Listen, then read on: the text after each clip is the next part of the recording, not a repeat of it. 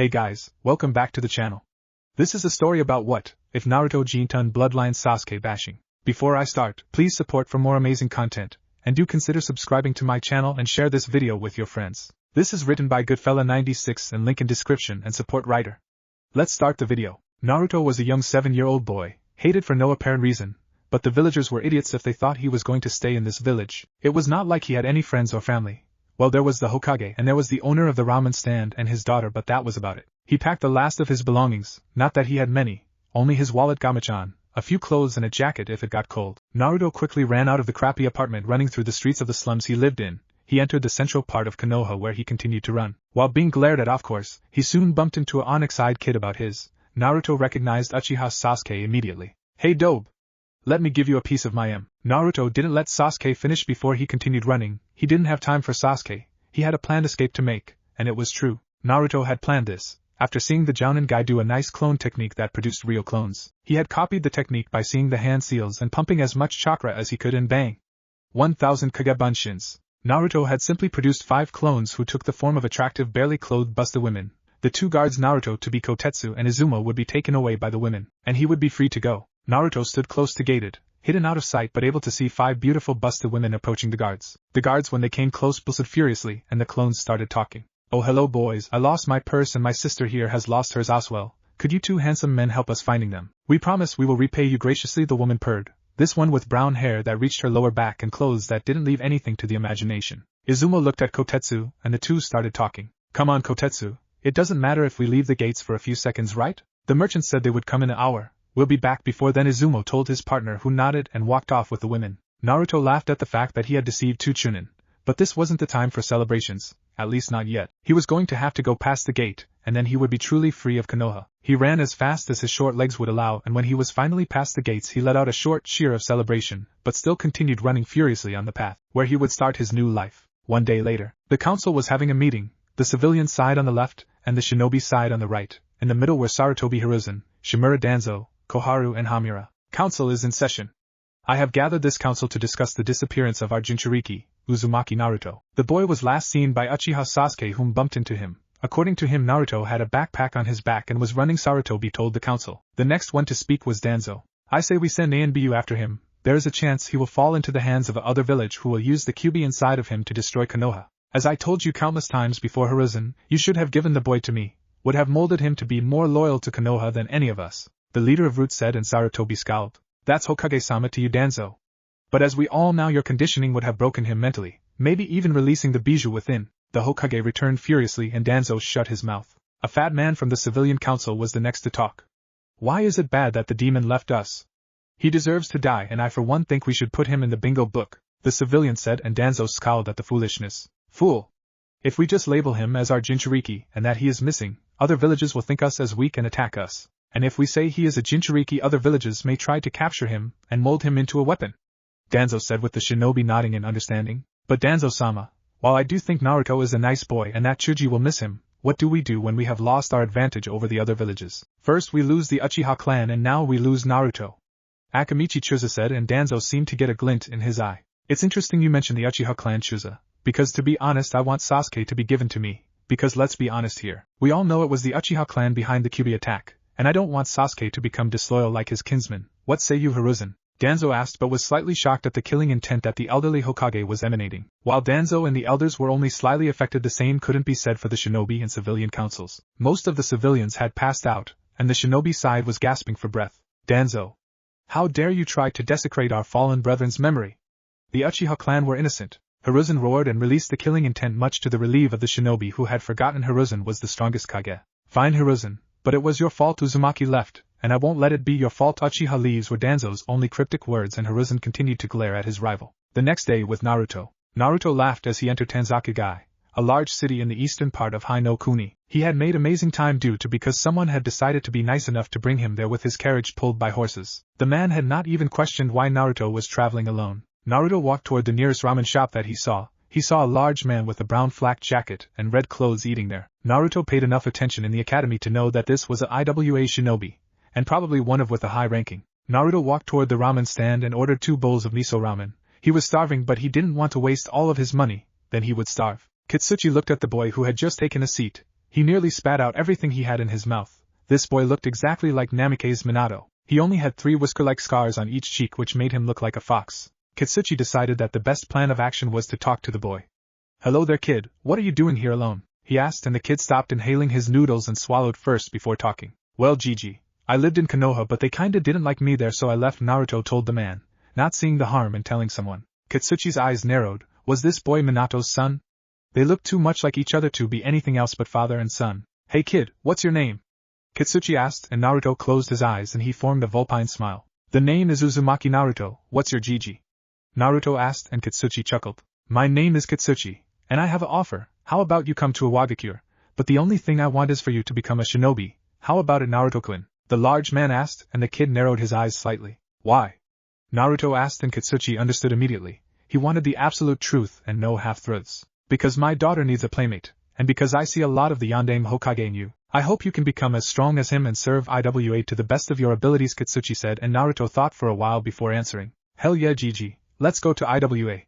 Naruto said, and Kitsuchi chuckled a little before standing up and telling Naruto to follow him. Hokage's office. Hiruzen looked at the small child in front of him who resembled the man he often saw walking around the village he had founded. The man was Sasuke's ancestor, so it was fitting. Sasuke stared back at Sarutobi with eyes void of emotion, eyes a child shouldn't have, and it saddened Sarutobi greatly that Sasuke was touched by the curse of hatred so early on in his life. But Sarutobi had one mission today, and that to replace the curse of hatred with the will of fire. "Sasuke-kun, ever since the incident you have changed greatly. Can you tell me what exactly has Itachi told you?" Sarutobi asked, and the child's eyes burned with anger before he answered. "He told me that I should hate him and cling to my life, and when the time came that I had the same eyes as him then I could finally fight him," Sasuke told the old man, who nodded. "Understandably. But Sasuke-kun, you are willing to do anything for power, I can see it in your eyes. But do you want what happened to you happen to someone else? You see, there are more people like Itachi in this world, and your father and your mother ensure sway and all of your clansmen fought to protect this village. They put their lives on the line for this village. They were proud inheritors of the will of fire,"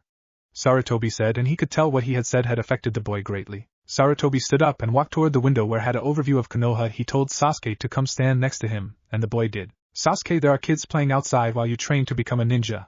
There are children being born while you and I speak. If we let people like Itachi enter our village we will lose these people and they will know the same loss you know. That is why we as Konoha shinobi follow the will of fire, so we can preserve life," the Hokage told the boy who was looking with wide eyes at the village. "Uchiha Sasuke, do you have the will of fire?" Sarutobi asked, and the young ninja to be turned toward Hiruzen. "Yes, I have the will to protect my comrades and those who can't protect themselves," Sasuke said, and Hiruzen tried not to cry at the fact that he had made a boy inherit Konoha's greatest power. In Iwa 2 days later, Naruto stood in front of the Tsukage, who was an old frail man with a big red nose and a pointy beard with a long mustache. "So Kitsuchi, what drove you to bring back his son from your mission? If you wanted to kill him you would have done so already," Onoki said, and Naruto didn't see any resemblance in the way he talked with the Sandaime. "Because Tusan, Naruto here, has fled Konoha. He didn't like it there because they mistreated him, and I was wondering if he could become one of our shinobi. He seems like's got potential. And don't worry, I have done every jutsu that would check if he was a sleeper agent or anything," Kitsuchi told his father, and the elderly Tsukage seemed to think for a while. The boy said he was a Uzumaki. Maybe he had inherited Kushina's chakra chains. Or maybe the boy had the ability to use jinton. That was a possibility. "Naruto, you will stay in this village and become my student. We will show Konoha the error of their ways. Are you with me?" The Tsukage said, and Naruto was never one to miss a beat, said. "Yeah, Gigi, make me as strong as you can so I can become Tsukage." Naruto roared, and Onoki smirked. Amigekyo no Sato. The Akatsuki were all sitting at one long table instead of their usual meetings. There was a matter of great importance at hand. "Itachi, Kisame, your target. The Kyubi Jinchuriki has left Konoha. He is according to Zetsu in Iwa now. So that's where you will strike in a few years', Pain told the Uchiha and the swordsman, whom nodded. Naruto looked at his new home in Iwagakure where he would live with Kitsuchi and his daughter Kuratsuchi, who was being watched by some guy named Deidara at the moment. He was Inoki's student. Naruto and Kitsuchi walked into the large stone construct and saw a young man with long blonde hair and a green kimono with a fishnet shirt underneath and khaki pants. He also had a Iwa forehead protector. He was playing with a young girl with pupilless pink eyes and short black hair, a white t-shirt and brown shorts. The blonde boy was the first to look up and a smile grew on his face. "Kitsuchi-san, you're finally back from your mission. I have to say Kuratsuchi was a handful at times, but most of the time she was a good girl. And I see you brought a guest. What's your name?" Deidara stated, and Naruto was surprised by the grunt that followed his sentence. It resembled his old classmate's answer to nearly every question. "My name is Uzumaki Naruto. And I am new here in Iwa, so what's your name, girlie?" Naruto asked, and Deidara gained a tick mark on his head. Before he could state his name, the girl started talking. "Don't you be so mean to Deidara and I. He's a boy, not a girl." The girl Naruto presumed was Kuratsuchi yelled, and Naruto chuckled slightly. Yeah, well, with that long hair he could pass as your sister. Naruto yelled, and Kuratsuchi lunged at him ready to punch his daylights out, but Deidara merely grabbed her and stopped her. Well, Naruto-kun, I am certain I will see you around the village, and my name is Deidara. Kuratsuchi-chan, don't be so violent, it's the reason you always have detention at the academy. Deidara reprimanded, and Katsuchi chuckled. Deidara-kun, how is things at the explosive corps? I heard you were getting a promotion, Katsuchi asked, and a smile grew on Deidara's face. Yeah, I will become captain in a few months because the old captain wants to train a genin team. Awesome, isn't it him? Deidara asked, and Naruto was gaping like a fish. This girly-looking guy would become the captain of a corps which probably made things explode if he went by the name, and the guy was probably around 4 years older than Naruto himself. Hey Deidara! I heard you were the student of the Tsukage. What does he teach you? Naruto asked, and Deidara turned toward him. Well, Naruto-kun, he mainly helps me with my Bakutan Kekkei Genkai. He can't teach the Jinton because I don't have the requirements, Deidara told the young Jinchuriki, who nodded. Katsuchi looked out of the window and noticed it was almost dark. Deidara, I think you should head back to your house. It's getting late and your parents might wonder where you are. Kuratsuchi and Naruto go to bed. Kuratsuchi, you will go to the academy, and Naruto, tomorrow is your first day of training with Tsukage-sama. You will attend the academy on Monday, Tuesday and Wednesday. On Thursday and Friday you will train with Tsukage. Are we clear? Katsuchi said, and all three nodded, Kuratsuchi hugging Deidara goodbye and Naruto merely waving. Naruto and Kuratsuchi walked up the stairs, and Kuratsuchi initiated the conversation. Hey Naruto, why are you wearing the symbol of High no Kuni on your shirt? Kuratsuchi asked, and Naruto looked at his black t-shirt. It was true, the flame of High no Kuni was on his chest. He had forgotten to change his clothes. Well, Kuratsuchi-chan, I used to live in Konoha no Sato, but people didn't like me there, so I left, and in Tanzakage I met your dad, who decided to take me to IWA. And that's why I'm here, Naruto explained, and Kuratsuchi seemed surprised people would treat a kid like Naruto badly. Kuratsuchi and Naruto walked toward their rooms. Naruto's was in the attic, which had been a guest room for most of the time, but now was Naruto's to do with as he saw fit. Naruto went to sleep, and for the first time in his life he felt like he actually had a family. Next day, Naruto was standing in front of the short Tsukage. They were in an underground arena where Inoki could show his techniques, which were extremely destructive, Naruto had heard. Inoki pulled a normal-looking piece of paper out of pocket, and held it high as if it was something important, though Naruto was more than a little puzzled. Hajiji, why are you holding that piece of paper? What does that even have to with my training? Naruto asked, and Inoki chuckled and started speaking. This paper has everything to do with your training, young Uzumaki. This is chakra paper. You pump your chakra into it, and you find out what your chakra element is. For example, if you have fire it will burn, if you have wind it will split in two, if you have lightning it will wrinkle, if you have earth it will turn into dirt and crumble away, and if you have water it will become wet. Here, pump your chakra into this, Inoki ordered, and handed Naruto the special paper, who grasped it, and quickly pumped some chakra in the paper, and watched as one half split from the paper, one half burned and turned into ash, and one half crumbled and turned to dust. Inoki laughed loudly as he realized he had found the successor in Jinton. Naruto, you have 3 affinities, which is fairly rare, but I will teach you the Jinton, a combination of fire, wind and earth. With it you can destroy things on molecular level, which means that there won't be anything left of your opponent, the Tsukage told his apprentice, who seemed odd that he was going to learn something so powerful. But the Tsukage was quick to burst his bubble. Naruto, you have to have full control over your chakra, and full control over wind, fire and earth. Then and only then will you learn the Jinton, Inoki said, and Naruto merely smiled. I don't care. Even if I have to master every element in the world, I'll do this. But sensei, how do I master my chakra and the elements? Naruto asked, and the Tsukage chuckled slightly at the boy. You sure are a determined one, Naruto, but you master your chakra by doing chakra exercises, which are leaf concentration, tree climbing and water walking. You master your element wind by cutting a leaf in half only using wind chakra. You master fire by being able to burn a leaf using only fire chakra. And you master earth chakra by turning a rock in your hand into dust, Inoki explained, and Naruto nodded in understanding. Konoha no Sato. Sasuke was sitting on top of the Hokage monument. And to precise, he was sitting on top of Senju Togurama's head. Sasuke was thinking. He had for the first time in his life felt the will of fire, something that gave Konoha shinobi the power to protect their comrades. But what could he do? He was almost 8 years old and still in the academy. Itachi had been a Chunin by this time, and Sasuke had to admit, his brother was far more talented than he was. Was Sasuke, despite all his bragging and pride, a dope? The thought brought fear in Sasuke's heart. What are you doing here, kid? You look you're having a hard time, a voice stated, and Sasuke had to agree. He was having a hard time. Sasuke turned around and saw a man with long white hair. He had a green short shirt kimono over which he had a red hawari. He had arm guards, and 2 red lines trailed down his face. On his forehead protector there was the kanji 4 oil. The man was rather tall and muscular. Sasuke had never seen the man around Konoha. Who are you? Sasuke rudely asked, and the man smiled and cleared his throat. I am the great sage, the strongest of the legendary Sannin. I am the man who makes the woman scream, and at the mention of my name, crying babies become silent. I am the writer of the greatest piece of art of all time. I am Jiraiya. the man said and struck a ridiculous pose, but Sasuke had to admit it was rather cool when you looked closer. Wait, the Jiraiya? The legendary Sannin? What are you doing here? Sasuke asked, and the sage chuckled slightly. What, can't a man even hang out in his village anymore? But yeah, I heard about your clan, kid. I'm sorry, Jiraiya said, and Sasuke was surprised that he knew about his clan until he remembered he had a giant fan on his back which symbolized the fallen clan. Jiraiya-sama, my clan was killed by my elder brother Itachi. I loved Itachi, but then he goes and kills the clan. I want to understand how can I prevent something like that happening when I'm this weak, Sasuke told the older man who was sitting beside him on Tobirama's head. I see you're trying to find a way to end the cycle of hatred. But to be honest, I don't know the answer myself. I really want to find out, but I don't know how. And on top of that, my godson has left the village. He can be dead by now. Jiraiya said, and Sasuke was surprised. Naruto was your godson. Where were you all this time? The Uchiha asked, and the Sannin looked somber.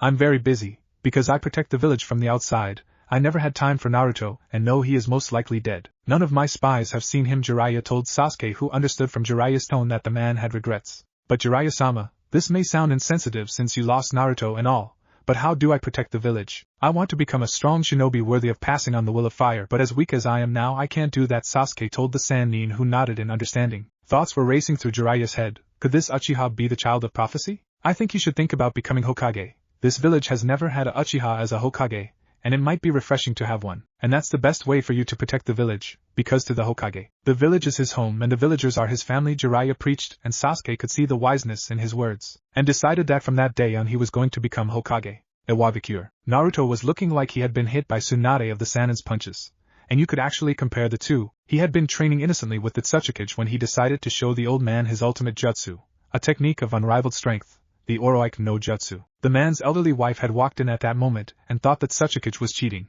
and had proceeded to beat the living daylights out of Naruto. And when she had found out it had been a young boy she had been hitting, she had said she was sorry, and left soon after. The Tsuchikage had decided enough was enough for a day and left, but not before ordering Naruto to close the arena when he was leaving. Naruto had stood up and started walking away, but before he could he tripped painfully and a few loose tiles fell into the fast ground. Naruto looked at the hole he had created. There, even more underneath IWA, he saw a scroll floating weightlessly. Naruto jumped down and came closer to the scroll. He grabbed the floating scroll and Naruto felt a strange feeling, like he was being sucked into a portal. When Naruto looked around he saw he was in an area with a lot of sea and trees. Was the Mizu no Kuni? At long last the summoner has arrived, and he's a Jinchuriki Aswell. A booming voice stated, and Naruto turned and almost pissed his pants. Standing there was a giant green 8-headed and 8-tailed Hydra, a creature Naruto only heard about in legends. Greetings, young one, my name is Yamata no Orochi, head of the Hydra clan.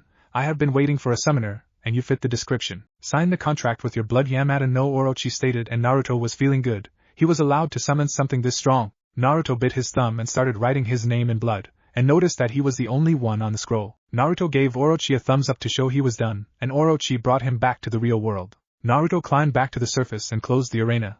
While walking out, his last thought was, what is a Jinchuriki? Naruto walked toward the Tsuchikage's office and knocked politely when he heard a voice said, come in. Naruto opened the door, and saw Inoki sitting there going through every Kage's worst nightmare, paperwork. Inoki asked Naruto what the problem was, and Naruto returned it with, what is a Jinchuriki? Inoki's eyes widened and asked where Naruto had heard the word. Well, when I was leaving the arena I tripped over a loose tile which when it fell away revealed something even more underneath IWA. I saw a scroll and grabbed it, and was transported to somewhere in Mizu no Kuni, I think. I met a giant Hydra called Yamata no Orochi who called me that. I signed the contract, and now I am the summoner of the Hydra clan, Naruto stated with a smile, and Inoki smiled as well. He didn't want to tell Naruto that he was only one worthy enough to summon Hydras, as they had rejected everyone else in IWA. He was afraid the boy would become arrogant. Inoki knew he couldn't hide the truth, so he started talking and told Naruto about the bijou that was sealed in him. Naruto looked like he had been crushed, but Inoki promised neither him or his family would look at Naruto different, which brought a smile on his face. Naruto was in the academy and as usual sitting next to Kuratsuchi. He was also as usual sleeping through class. Naruto, tell me who was the Shodaime Tsuchikage? His sensei yelled. He was a man with a bald head and a deep auburn beard called Manabu-sensei. Naruto woke up with a start and looked around the class. The entire class was rolling their eyes at his antics and Kuratsuchi was smiling at him. Kuratsuchi-chan, what was the question? Manabu-sensei asked. The Uzumaki asked, and the Tsuchikage's granddaughter was kind enough to answer. Naruto-kun, the question was who was the Shodaime Tsuchikage? The kind but hot-tempered and violent girl said. Of Manabu-senai, the answer to your question is Senju Hashirama, Naruto said in a grandiose way, and the entire class face-palmed, while Naruto was looking around wondering what he had done wrong. No, Uzumaki, the answer is Kamizura Daisuke. He hailed from the Kamizura clan, one of the strongest clans of IWA. I wish you would take your studies as serious as your training, Naruto, Because while you excel in ninjutsu and taijutsu, you are failing in genjutsu, tactics and history, Manabu said, and Naruto just yawned, aggravating the man even further. Manabu-sensei, can we just end this lesson and go outside for the graduation tournament? I learned this new jutsu and I'm dying to show it. Naruto pleaded, and his sensei realized he wasn't going to teach the boy anything as the boy simply refused to learn, took the class outside. Alright everyone, we'll be having a tournament. You all can use every taijutsu, genjutsu and ninjutsu up to B rank. Pairings will be Kuratsuchi vs Minami, Uzumaki Naruto vs Shin, Kanzuya vs Hirohito. It saddened Naruto as he listened to all the names being called out how many didn't even have last names. There were many orphans in IWA, even more than in Konoha. Most were orphaned because of the Third Great Shinobi War. Kuratsuchi and Minami, an average-looking girl, stepped into the ring, both looking ready to tear each other's throats. Manabu-sensei gave the sign and they flew toward each other. Kuratsuchi was smarter and shined directly behind Minami and delivered a devastating roundhouse kick to Minami's neck. The girl was revealed to be a simple Tsuchi Bushin. Minami burst from the tree she had been hiding in and flashed through a few hand seals. Fire release. Great fireball jutsu, the girl yelled out, and fired the great fireball toward Kuratsuchi from her mouth. Kuratsuchi yelled as she was burned, but only Naruto and Manabu-sensei saw through the deception. Minami was about to cry about the fact that she had killed a fellow student when a sharp kunai was pressed into her neck. She sighed in relief that Kuratsuchi was alive and forfeited, and Kuratsuchi happily skipped back to Naruto, who was holding a high five, which she happily returned. Naruto stepped into the ring with Shin across from him. Shin was a boy with large brown eyes and a head full of thick white hair. He wore a white cloak and brown cargo pants. Naruto smiled. While Shin was strong, Naruto wasn't going to play around today. Manabu gave the sign to begin and Naruto disappeared. He appeared next to Shin, and before the boy knew what hit him, Naruto was on him with multiple blows to areas that were painful. Shin quickly kawarimi with a nearby rock and flashed through hand seals. Earth release. Mud flowing spear. Shin cried out, and a few feet behind Naruto a large spear was shaped and then fired toward Naruto, who smiled and did the ram hand seal. Barrier. Jutsu. Technique of the mirror. A red round barrier formed around the Uzumaki and absorbed the spear. Naruto quickly flashed through a few hand seals and said, Earth release. Mud dragon. A large dragon made from mud flew through from the ground, and before Shin could ready a kawarimi, he had been hit and knocked out. Everyone was staring in awe while Naruto just scratched his head. Manabu-sensei shook himself from his stupor and started talking. And Naruto, what was that strange jutsu you used against Shin? Is the one you learned? Manabu-sensei said, and the ex-Konoha Academy student shook his head. Well, actually I didn't learn it. I invented it. It's a jutsu that with enough power can absorb other jutsu and allow me to weave that chakra that was captured in a technique of equal strength, Naruto said, and the whole class was gaping at Naruto in amazement, until Manabu-sensei spoke up. And Naruto, you graduate, Manabu-sensei said, and now Naruto was puzzled. But sensei, I'm only 10. Isn't the average graduation age like 12 or something? The blonde-haired Uzumaki said, and Manabu-sensei guffawed in amusement. Naruto, you are beyond any 12-year-old academy student.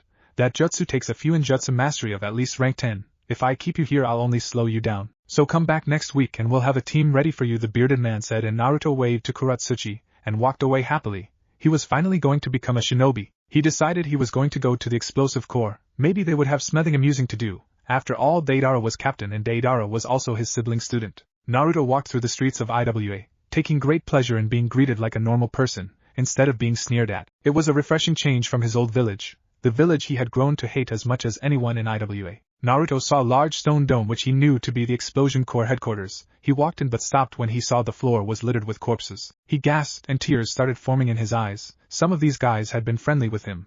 And what had happened to Deidara? He walked through the corpses looking for familiar blonde hair but saw nothing. But a cold laugh Naruto could easily identify started talking. Ha ha ha ha ha. I didn't want you to find them, Naruto-kun, but it doesn't matter, you're just going to die too. HMA grunt followed the sentence which had been spoken by Naruto's brother figure. A lone young man with blonde hair and blue eyes. Deidara, who did this? Naruto asked, and the teen's smile threatened to split his face. Naruto-kun, I have always loved art as you know, but I have come to realize the explosion release isn't true art. At least it's only about a quarter of the art. True art lays in these hands. Deidara yelled and held up his palms, which now had small mouth with sharp teeth in them. Naruto, being the child he is, actually stepped back in disgust. What the hell have you done, Deidara?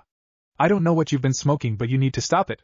You're acting like a maniac. You're like that Uchiha guy who slaughtered his own clan. Deidara's smile was now looking crazy. He didn't even deem Naruto worthy of an answer and disappeared with speed only a A-class ninja like him was capable of, and kicked Naruto in the face hard. Naruto crashed against the wall, looking dazed and weak. He didn't know how, but Deidara hadn't killed with that blow luckily. But it had been hard as hell. And had Deidara actually grown stronger? Naruto-kun, you and this village have been a hindrance, always judging my art, but guess what? You don't know shit. You only think art is in painting and sculptures? Wrong. True art is a bang. And Deidara held up a palm which spit out a snake that shot from Deidara's hand and latched around Naruto's neck and exploded in a glorious boom. Deidara looked at the beheaded body of the boy he had considered his little brother, and shook his head. True art didn't need family or friends. It only needed admiration, and Deidara was sure that Naruto before his death had admired the tool of his destruction. He quickly created a clay bird and left the corpse to rot. One of the Iwanin Deidara had killed began to rise, and there stood Naruto looking extremely drained, but other was fine. Nothing like the version of his which was missing a head. Damn, can't believe Deidara missed that old trick I did. Guess he never paid attention in the academy.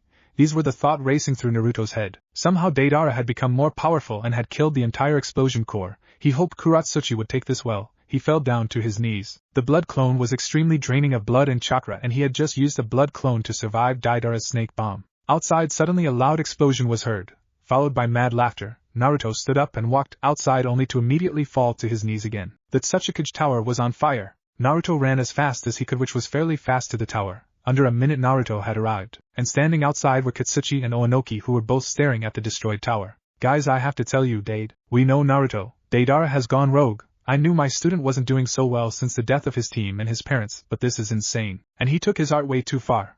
But I will show that boy why I am the oldest living Kage. He will fear the will the stone, Onoki proclaimed, and Naruto took the moment to admire the man who would easily kill his student just so his village could prosper. He wanted to become like that. Maybe he could when he became the Yondaime Tsukage. Naruto would make Deidara bleed. That was a promise the academy graduate, but not quite a genin made to himself. He was sorry that Deidara had escaped before he could jinton his ass. In Konoha, at the moment a young boy was sitting in a classroom. It was a normal academy day for Uchiha Sasuke. The boy had grown taller, but the most obvious change was his will of fire, which burned brightly. Sasuke's love for the tree that was Konoha was unmatched. The boy was now donned in black cargo pants and a white Uchiha clan shirt with a high collar. Around his hands were gloves with metal plates on them. He was currently reading a small orange book that, had his mother been alive, would have scolded him for reading, but she wasn't. Sasuke-kun, put away that unyouthful book.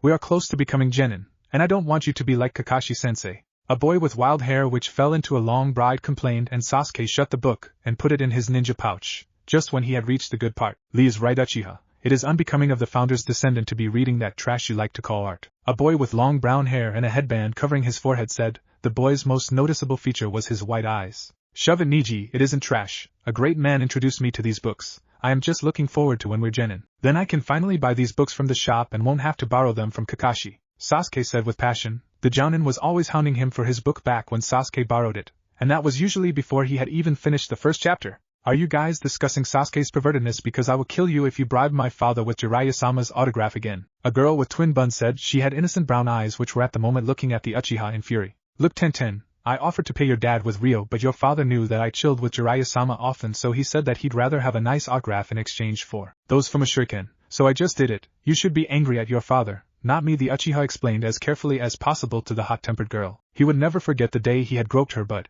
and she had punched his lights out. Well, Mom was angry with him as it is, so I was left with dealing with you, but I guess I can't fault you if you let Jiraiya-sama give him his autograph. But still, why are you actually so perverted? Tenten asked curiously. Sasuke was known for three things: being the last survivor of the Uchiha clan, being a genius, being a pervert. Sasuke looked like Tenten had just insulted his entire family.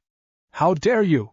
How dare you call me a pervert? I should slap you for that comment. I am not a pervert. Sasuke was red due to all the anger which was obvious in his face. Before Tenten could apologize to the furious boy, Sasuke had continued. I am a super pervert. Tenten went from her previously scared expression due to the genuine anger Sasuke had been emitting to a furious one and punched the Uchiha in the face. Sasuke sighed as he sat on the roof along with Tenten and Lee. But damn, he was missing Niji. Despite the fact that he was a prick, it was fun to watch him squirm when Sasuke read a passage of Ika Ika out loud. But then again, Tenten's punches after he was done were not really worth it. In front of them appeared a man with big bushy brows, a shining white smile and a tight green jumpsuit with a flak jacket over it. He wore his headband like a belt. Hello my youthful students. You have passed the genin tests, as I expected. Lee has been telling me a lot about you, Sasuke and Tenten. You are both young shinobi who are close to exploding due to an overload of youth. The insane man yelled in their faces. Tenten was looking fearful at seeing such an insane man, but Sasuke was just looking at the man with a questioning look. Sir, I know that you are that guy-sensei guy who has been training Lee, and forced him to change his wardrobe. But you won't force us, will you? Sasuke asked the question that was burning on his mind. He had had an outfit change and was now dressed like his deceased cousin, Uchiha Shirosue, minus the tanto and the gloves he was wearing, the only present Kakashi had ever given him, the bastard. Lee became visibly upset at Sasuke and started yelling in his loud voice. Sasuke-kun, I was not forced by Gai-sensei to wear the spandex. I wear it because I know that it enhances my youth. Lee yelled and a disgusted look grew on the Uchiha's face. The only thing that spandex enhances is your bulge, you spandex-wearing idiot, Sasuke stated with hatred in his voice. He would never forget the time he was rejected by a girl on the street because Lee had been with him. He blamed the spandex entirely. Tenten blushed at Sasuke's comment but quickly a smirk settled on her face. Oh Sasuke-kun, looking at Lee's junk, we never knew you swung that way, Tenten said, and Sasuke blushed and started stammering before he could come with a clever reaction. Lee had started speaking. Sasuke-kun, I do not blame you for gazing upon my youth. If it matters to you, I gaze upon your youth as well with admiration and wonder in my eyes. And Tenten-chan, I gaze upon your youth with marvel in my soul. We should all look at each other youthfulness, Lee cried to his teammates, and Guy-sensei stood up and gave Lee a quick short hug. Lee, my amazing student, I have never encountered a soul which held as much youth as yours. Your youth is truly an inspiration. You pass, the insane man yelled, and Sasuke quirked an eyebrow. We passed that easily. You're not even going to fight us or something? Sasuke asked with an incredulous look on his face, not believing his moron of a sensei. Guy seemed to think a while before he finally got his answer. You will all run 50 laps around Konoha, and no chakra will be used. It will be the ultimate measure of your youth, Guy yelled, and then immediately broke into a run with Lee and Sasuke right behind him, and Tenten lagging behind. In Iwagakure, a lone figure was walking alone on the streets. He was wearing black shinobi pants with high-top black sandals, a black t-shirt which was baggy and with a red scarf. He had a okatana strapped to his back. He stood at 5 feet 5 inches and had a lean but muscular body. Uzumaki Naruto walked through the streets of Konoha with a solemn look on his face. He was heading to meet his team. After 2 years of just training and doing a few missions here and there, he was finally ready to have a team. He had rejected other teams because he wanted to be on one with Kuratsuchi, the girl he loved, not that he had told her. He finally arrived at a place called the Rise, because according to the history books which Naruto had been forced to read, this place was where the first Sasuke had stood when he had created IWA. It was an extremely long pillar, which loomed over the village. He saw his sensei was Katsuchi, and next to him were Kuratsuchi and Akatsuchi, a fat kid who despite his jovial appearance was quite skilled, and Kuratsuchi had a stern look in her pink eyes, probably because he had been late. Haha, sorry but I was kind of busy, you know, stuff that has to be done, Naruto said, and Katsuchi stared at him blankly. Naruto, I live with you, you overslept and told me you were going to be here on time, but you obviously weren't, but sit down so we can start the meeting, Katsuchi said, and Naruto took a seat on the floor next to Kuratsuchi. Alright, I want proper introductions. I want to hear your skill set, names, blood types, clans, Kekkei Genkai, hobbies and likes and dislikes and dreams. Are we clear? Katsuchi said, and the group nodded with uncertain faces. Naruto decided he was going to set an example. Hello, my name is Uzumaki Naruto. My likes are IWA, ramen and training. My dislikes are Konohagakure, the 3 minutes it takes to cook ramen and dumb people. My blood type is B. I don't have a Kekkei Genkai. I hail from the Uzumaki clan. I know wind jutsu, water jutsu, summoning jutsu and fuin jutsu. My speed is low jounin level and my strength is mid chunin. My genjutsu abilities don't exist. My hobby is training. I want to become Sachikage, Naruto said, and they all nodded. Kuratsuchi cleared her throat, signaling that she would be next to talk. My name is Kuratsuchi. My likes are IWA, shogi and learning new jutsu. My dislikes are traitors, perverts. In Konoha, Sasuke was running his 38th lap. Tenten was still on her 21th, but Lee and Guy were both at the 48th. He could have been even with them had he not tripped over his own feet when he saw a hot woman bending over. But suddenly he sneezed. How odd, he was feeling healthy. Back to IWA. My blood type is O. My Kekkei Genkai is lava release. I hail from the Ryotenbin clan. My skill set involves earth jutsu, fire jutsu and lava jutsu. I have average taijutsu skills and I know how to dispel a genjutsu. My hobby is sparring with other people, and my dream is to beat Sachikage, Kuratsuchi said in a military manner, even though her sensei was her dad and the man who still tucked her in. Not that Naruto would ever say this out loud for fear of castration. Akatsuchi looked up and smiled his good but idiotic and gullible smile. My name is Akatsuchi. I like food, friends and IWA. My dislikes are traitors, people who take their friends for granted and people who throw away food just because it was on the floor for a second. It's like they haven't heard of the 5-second rule. I don't know my blood type, to be honest. I don't have a clan. My skills are earth jutsu, and pretty good taijutsu. I can dispel a genjutsu but can't cast one. My dream is to fly like the Sachikage, Akatsuchi said, and Katsuchi smiled.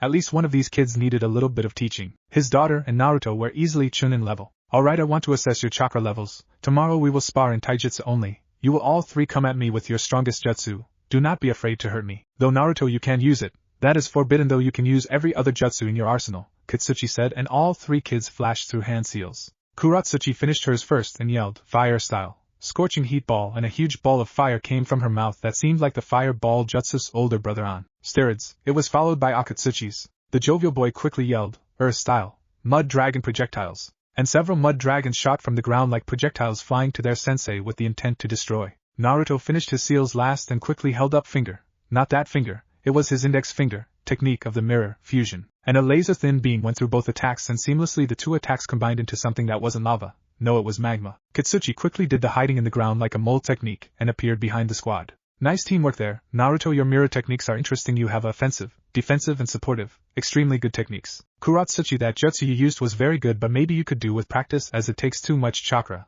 With a little chakra controlled training it won't be a problem. Akatsuchi, your technique is mastered, I can see. Good job, Katsuchi said with a proud look on his face, and they all beamed. Naruto was smiling. His mirror techniques were very interesting indeed. He had been paid a hefty sum so that IWA could document it. Let's just say Naruto wasn't having trouble paying the bills, not that he paid them. Tomorrow you will all be here for the taijutsu spar.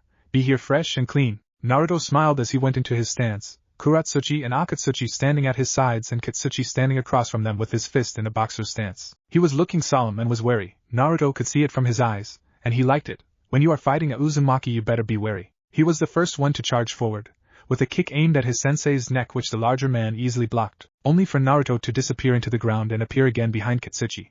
But it wasn't enough to fool a seasoned jounin like him. Katsuchi punched Naruto without even looking right on his nose. Akatsuchi charged and Katsuchi was focused on him now, but not for long because the rotund boy jumped up and was now Katsuchi was focusing on his speedy daughter. He felt arms snake their way around him and Katsuchi cursed. In his haste he had forgotten about Naruto. The boy had his arms around Katsuchi's neck. Trying to suffocate the man, Kuratsuchi used this lapse in concentration and delivered a crushing punch to the jaw on her dad, who didn't even move his head or grunt. The punch hadn't bothered the sturdy jounin. Naruto with strength he didn't know he had throwed Katsuchi with a German suplex. The older man flew hard against a rock where he was still in shock that he was getting beaten. He decided he had seen enough and vanished with a burst of speed. Kick, punch, chop. Naruto, Kuratsuchi and Akatsuchi were laying unconscious on the ground. Katsuchi knew he had nerfed them to extreme. No genjutsu, no ninjutsu, just straight up taijutsu. And that was Kumo's forte. Iwa's was ninjutsu, Suna's was puppetry and Kiri was kenjutsu. Konoha was a mix of all. Naruto woke up fast and sat up. Sensei, while this was a pretty good spar, I want to do a mission, no D ranks. I have been a genin for 2 years and I did enough of those to last a lifetime, the boy said and Katsuchi nodded. D rank missions were work that they gave to young ninjas to teach them teamwork. But his team had teamwork and lots of it. Katsuchi wasn't from Konoha, but he valued teamwork. If you think you're ready, we'll go and get a C rank. A D rank is far below your stature. Come with me, genin, to the mission office. Their sensei said and walked ahead with the 3 children following him loyally. Naruto was happy. Maybe since she was a genin now like him, he could finally have some time to woo Kuratsuchi. She didn't seem to have feelings for him, but she was always staring at that stupid Kanzuya kid. What she saw in him Naruto can't figure out. And speak of the devil, Kanzuya and his name of Minami and Shin was now walking toward them. Minami, average-looking girl, brown eyes and brown hair. Shin with his shaggy white hair and brown eyes, and leading was Kanzuya, a boy with spiky black hair and dark eyes. He wore black shinobi pants and a black t-shirt, though the most noticeable feature was the smirk on his face which spoke of arrogance. Though Naruto knew the boy could back it up. Kanzuya took the opportunity to speak. Well Naruto, still Tsuchikage's favorite? Kanzuya said and Naruto didn't even waste a second. Yeah, I still am Kanzuya, still sporting that gay haircut? Naruto said and Kanzuya growled in anger, and was pulled back by Shin before he could jump Naruto. Naruto smiled at his small victory and watched as Katsuchi came back with a scroll which detailed the mission. He handed Naruto the scroll and the Jinchuriki started reading it. Mission rank C. Location, Nami no Kuni. Mission pay, 10,000 ryo. Mission description. Guard crime boss in Nami no Kuni, name is Gato, he is leader of Gato corporations, will maybe be targeted by Konoha genin and 1 jounin, but they will be taken care of by a hired missing nin. Naruto passed the scroll to Kuratsuchi and thought about the mission.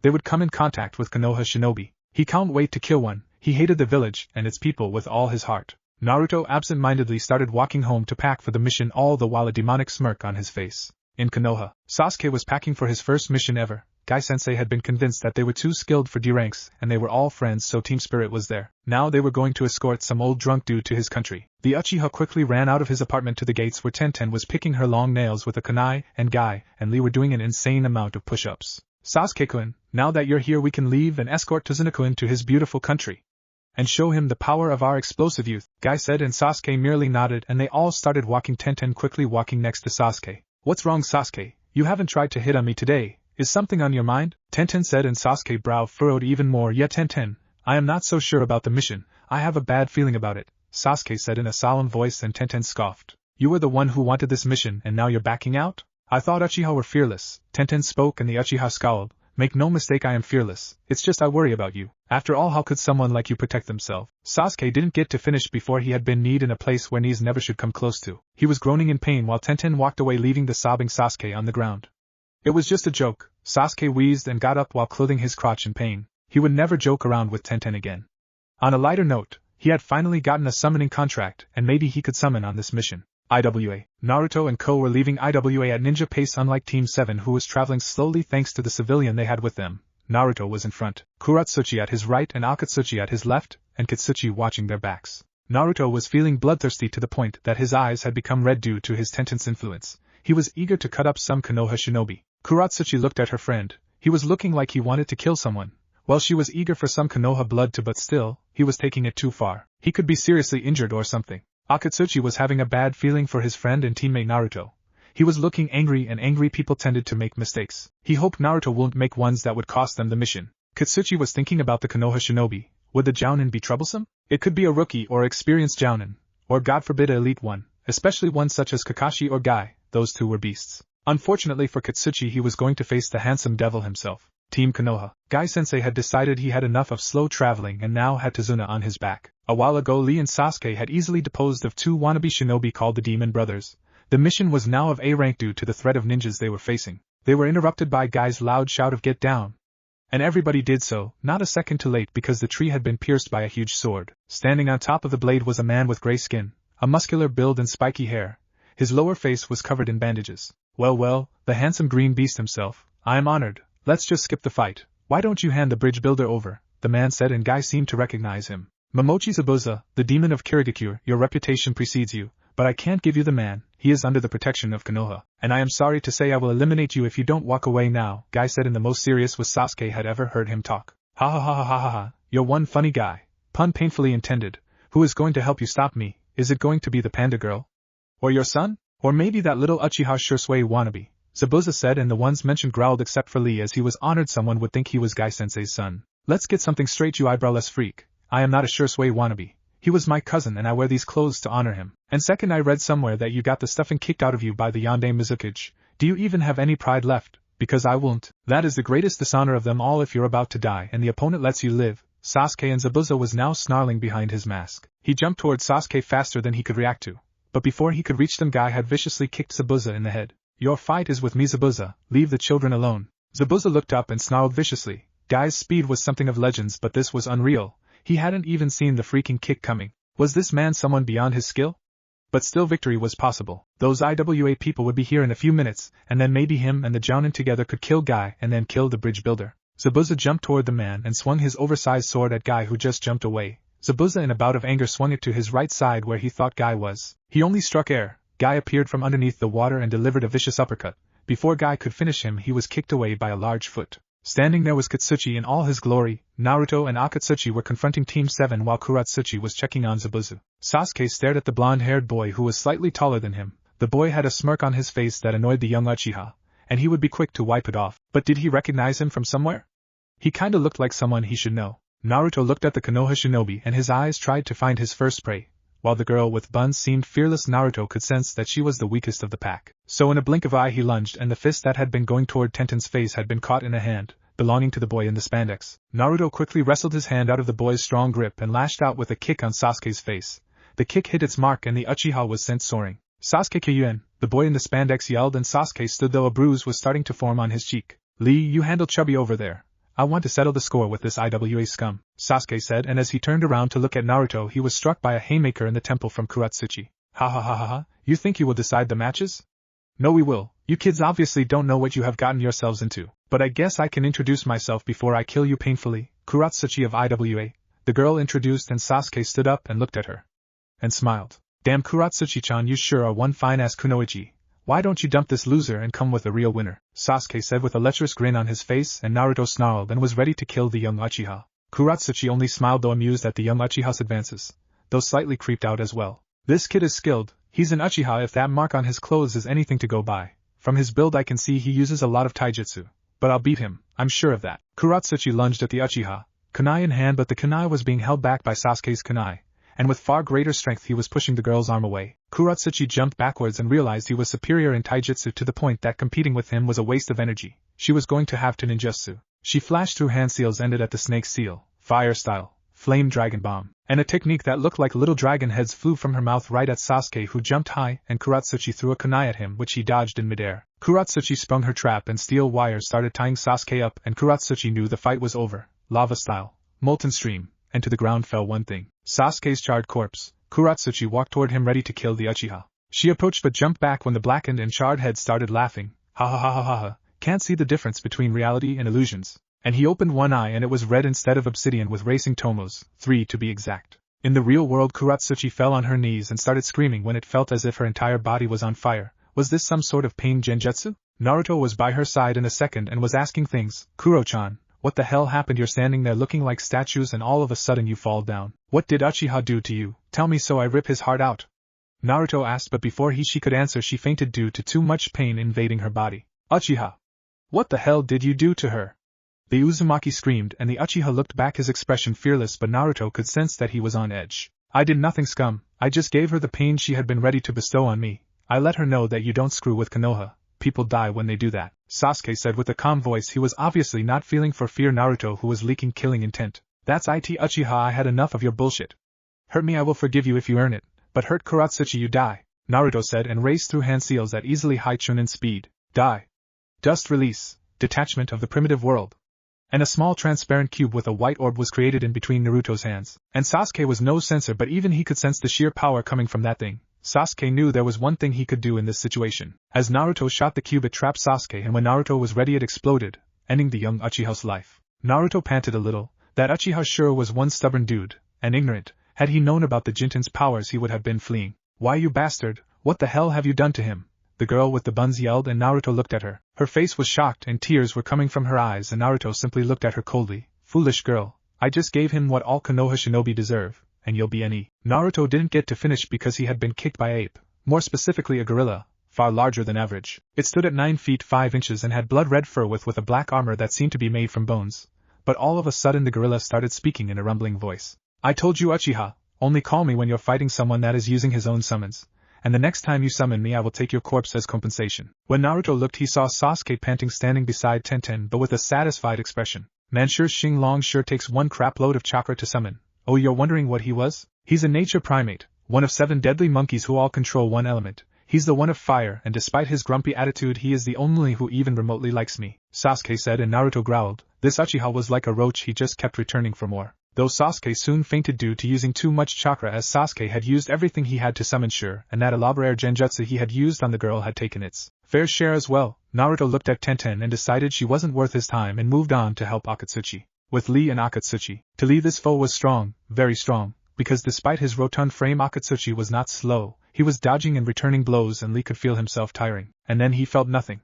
As Naruto had knocked him out with a swift chop to the neck. AK, Katsuchi-sensei is losing against their freak of a sensei even with Zabuza helping him. I have an idea. Grab Kuratsuchi and wait for me. Akatsuchi nodded and went to pick up Kuratsuchi, passing Tenten, and not even acknowledging her he passed her and picked up the fallen Kunoichi. With Naruto. Naruto was in a tree confronting a girl with a mask that was supposed to belong to Kiri's Hunternin. He was quick to get to business. You're Zabuza's accomplice, so I need you to do something. I can see from the Senbon you're holding to protect yourself that you're good with them. I read about this thing where someone can be put in a death-like state with Senbon. I need you to do that with the green freak, Naruto said, and the girl nodded. Naruto jumped down and the shocked guy looked at Minato. But no, that wasn't Minato. This one was younger and shorter. This person was the boy who had vanished, Uzumaki Naruto. Guy's shock would cost him as he was hit with 2 Senbon in his neck, and he immediately fainted. Katsuchi and Zabuza immediately started walking to kill the man who had been dancing circles with his ridiculous speed around them, but were stopped by an unlikely person. Stop. I know this is going to sound weird, but I want to fight Uchiha again. Mano a mano. Last time Kuratsuchi interfered, but that won't happen again. And I want to beat the snot out of Uchiha for flirting with Kuratsuchi, Naruto said, and Katsuchi grew red in the face. Uchiha flirted with my daughter. If I would kill him now while he's unconscious would be too good. He will feel pain. Naruto, I want you to beat him up real good. Maybe even take away his genitals. Katsuchi ended in a normal tone. Naruto had a disgusted expression on his face now. I will not go anywhere near his genitals. But I will beat him, that's a promise. You don't to Kuratsuchi like she's some slut. But he did, and he feel pain. Naruto said, and more didn't really need to be said, and the ninjas started walking away, Akatsuchi carrying Kuratsuchi. Tenten watched with a sad face as Sasuke's ape summon put all 3 of her male teammates and sensei on the ground. She was feeling horrible. While Lee and Sasuke were taking a beating, she had just stood there like a little girl. She hadn't been scared at first, but after seeing that blonde kid's speed she had been shocked. She knew her weapons won't do shit against someone like that, and that's why she had stood there. She wasn't talented in every ninja art like Sasuke. She wasn't able to move like the wind as Lee could. She was the weakest link. She was interrupted out of her self-misery by the large red ape. You little girl, take care of Uchiha. They will be back and he will be needed to fight them. All three will be needed. You will be needed. Your sensei did a number on those two. They will need recovery, but Uchiha mentally raped the girl, so she will need the most rest. I suspect 3 weeks before they strike again. Tenten sighed in relief. 3 weeks was surely enough time for the guys to recover and her to get some training from Gai-sensei. She would put herself fully into training. Hell, maybe she would even let Sasuke take her on a date when they were back in Konoha so she could get some training tips out of him. She chuckled at her cunning and wit. Shirshin quickly poofed away back to his own home. In time, because a female civilian with long dark hair rushed out of the door, Tazuna quickly went to hug her. Tsunami! We gotta take these shinobi, and quickly they helped me against Gato's man. And they're injured. Tazuna yelled and quickly grabbed Sasuke by his hair and dragged him into the house. He gave Lee the same treatment, but can't do it with Guy as he was just too heavy, so he just picked him up. Elsewhere, Naruto and his team along with Zabuza, Haku and 2 Chunin who called themselves the Demon Brothers were standing in front of a fat midget of a man named Gato that they had to protect, but Naruto would kill him with his own bare hands if he leered at Kuratsuchi's unconscious body again. Gato, I know we were hired to protect you and your money, but we have a score to settle with the Konoha shinobi. They have disrespected Artsutsuki's granddaughter, which gives a reason to kill them, so I will trust Zabuza's Demon Brothers to protect you while we take care of them, Katsuchi said with a polite voice. Gato merely nodded as if he didn't really care. He probably didn't. Yeah, as long as I don't get killed or my money doesn't get stolen, you can do whatever you want. But say, do you have a price for the girl? Gato's sentence was cut short by a kunai through his hand. You fucking punk, you piece of shit. Whyy. I'll kill you. Gato howled and Naruto chuckled cruelly as he had been the one to throw it. Why you say? Because you disrespected my teammate. The contract said we had to protect you from outside sources. The contract didn't say anything about inside sources, like me, the blonde-haired boy said, and Katsuchi smiled at the boy he considered his son. He would have done it himself if Naruto hadn't done it. With Team 7, Guy, who had been conscious for a while, was throwing lightning-fast punches through the air. Tenten was amazed. Sasuke was as well. But Lee was just staring at the ground as if this was the first time he had ever seen it. To be honest, he was starting to worry the young Kunoichi. Lee, you feeling alright? Lee just continued staring at the ground as if something had taken him over. Sasuke finally turned towards Lee and started speaking. Lee, I know what you're thinking, and it isn't your fault, man. These things happen. It's our very first mission, bro, and we'll get a second chance. I know they'll be coming back to kill Tazuna, but they're going to need some time to recover because of what I did to the girl. We'll train, and this time I won't use some stupid chakra-consuming genjutsu. Are you with me, Lee? Sasuke said in a motivating voice. Lee finally smiled and did a customary yash. Tenten looked at Sasuke with admiration, maybe beyond the mask of a pervert, and douchebag there, a kind guy who was willing to lead his comrades in battle, who had respect for everyone. Sasuke noticed Tenten and winked at her. Tenten facepalmed. That had been too much to ask for. Guy looked at his young team. They were all inexperienced, but Sasuke and Lee were strong, extremely strong. Tenten, he would have to get her in shape. Maybe he would let them do the tree climbing exercise. Or no, that won't be smart at all. They were about to go against extremely strong IWA shinobi and rogue ninja. He was going to have to teach something special. Maybe not even special. Yes, that was the answer. Meditation. He would let the boys get in tune with themselves and the world surrounding them. They would then be able to use each technique with almost no chakra usage. And for Lee, yes, Lee, he was going to teach the gates. He needed it, and deserved it. Tenten, he would teach her some nifty tricks he had picked up from his travels. Sasuke, I want you to meditate. Let your inner youth grow within in you. Lee, I want you and Tenten to come with me, as I teach you a thing or two. Guy yelled, and Lee and Tenten excitedly followed the crazy man. Sasuke crouched down and took off his shirt. It was pretty hot, and closed his eyes. He felt himself dwindle into his subconscious. He could sense everything. But what the hell? Woman with red hair, blonde kid, fat kid, Lee, Sasuke, blood everywhere. Blood was everywhere. Sasuke was holding a sword that didn't feel right in his hands. A red-haired woman trying to punch him in the face. Sasuke dodged. The blonde kid rushing at him with a white little ball that looked like it would disintegrate everything it touched. Sasuke swung with the sword. A giant tanuki made out of sand shot a blast of chakra at him. This was a battle royal. And then darkness. Sasuke woke up from his meditation. Had that been a vision? It had been crazy vivid. He was not going to tell anyone. Secrets like these were meant to be kept. But he would keep his eyes open for these people. The blonde kid he had already met. But who was the red-haired lady? She had been trying to kill him for some odd reason. And that giant tanuki. What the hell had that been? One thing was for sure, these things were all going to happen in Konoha, if that was the forest of the Konoha. And he would tell Jiraiya, but nobody else. Shit was going throughout the roof. And for some strange reason Sasuke felt that the meeting with the IWA shinobi had changed the world. Not just Sasuke, but the entire world would be affected by two genin teams duking it out. How odd. he went back to his meditation. With Naruto and Co., the young Uzumaki was in a place far away from Wave, a place filled with ruins, of the ancient clan that was now extinct, except for him. This clan had been the third strongest clan in its prime.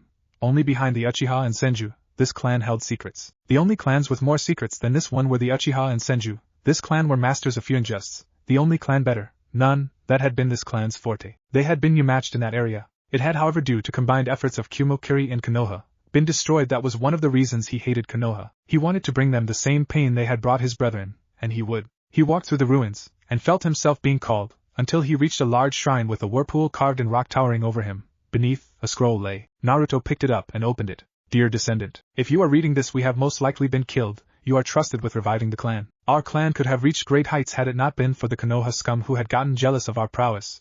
That damned Sarutobi Hiruzen. You will need to kill him for the vengeance to start, then you will destroy Suna, and then Kiri, Uzumaki hero. Naruto left the scroll where it was, so the old man was the reason his family was dead? He would kill the old man, but the residential was bullshit. He was not going to destroy villages for the mistakes of the Kage. Yes, Konoha would know pain. They would have to deal with the loss of their Kage, but he won't kill innocents. That seems stupid. Same with Kiri and Suna. He walked toward the whirlpools, and flashed through some hand seals. One summoning jutsu later, a giant 8-headed Hydra was calming the whirlpools. Once they were gone, Naruto started rushing over the water back to Wave, the beast dispelling itself. Sasuke sat in a stance of meditation. He had been meditating for nearly 13 hours. Their showdown would be in 1 hour, the moment of truth, the moment to kill or be killed. He would stand tall. Lee Tenten and Gai Sensei were waiting for him to get out of his state of meditation, and when he did, they started talking. While Sasuke-kun, I didn't even know you were that good at meditation. Lee spoke, and Sasuke took a deep breath before he started talking. Lee, in these 3 weeks I have achieved a state of mind rarely seen in an Uchiha. I am at peace. In other words, I had a pretty good nap. Sasuke snarked, and Lee smiled as Tenten face-palmed. Children, are you ready? I want to discuss our way to fighting, and I can sense them coming here. Sasuke, I want you to focus your attention on the blonde kid. Lee, you should fight his heavy-set friend, and Tenten will need to protect Tazuna. As for the girl, I called for some backup. And after Guy had spoken those words, from the tree fell a tall man with spiky white hair, a mask hiding his features and a standard Jounin outfit, his headband hiding his eye. This man was one Sasuke knew pretty well. Kakashi?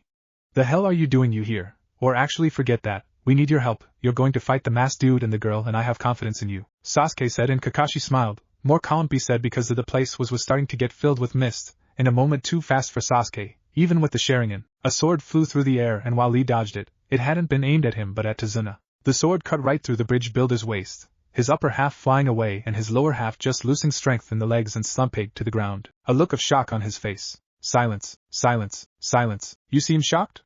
If you really are a Uchiha, this is nothing to you. I heard your family got done in way worse. Deserved it in my opinion. Scummiest bunch in the world. Thought their red ice made them invincible. Zabuza gloated from the place he was standing. Tenten was on the ground puking out everything her stomach contained. Lee was releasing silent tears, and Guy and Kakashi were praying the yell they had heard didn't come from Inari or Tsunami. Sasuke was in shock. Was life really this fragile? You were life 1 second and you were dead another? It was quite shocking. Tazuna had been a man with a family, someone who had a dream of uniting with the mainland. He would never get to do that. He would never see Inari grow up into a man. He would never see his country escape poverty. All this had happened for the sake of some money. Something calm take with you to the afterlife, something expandable. Tazuna had been a human being, yet he had been treated like an expendable product. Sasuke looked Zabuza in the eye, and started talking with a stoic tone. Why? Why would you kill someone for the sake of money? Isn't money just paper? And Zabuza started laughing extremely hard, not believing someone could be this naive. Listen kid, money rules the world, I guarantee you this. Had someone offered your village the amount of money I am being offered, your Hokage would have sent some ANBU to kill the Tazuna and make it look clean. Your village profits from murder, yet you look so opposed. Why is that? Sasuke never stopped his stare. Why?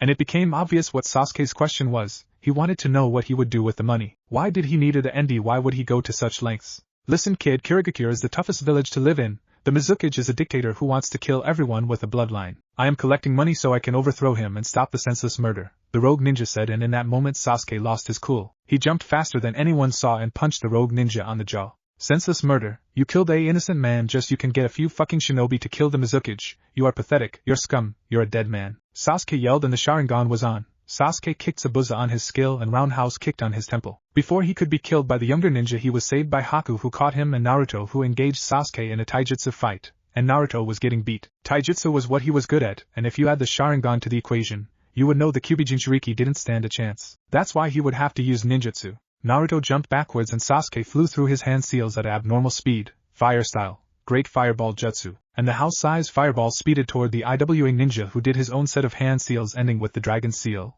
barrier jutsu, technique of the mirror, and a red dome formed which protected the young shinobi who flashed through another set of hand seals, wind style, vacuum sphere, and numerous bullets flew towards Sasuke which knocked the shinobi down. Naruto was panting. That had been one hell of exchange.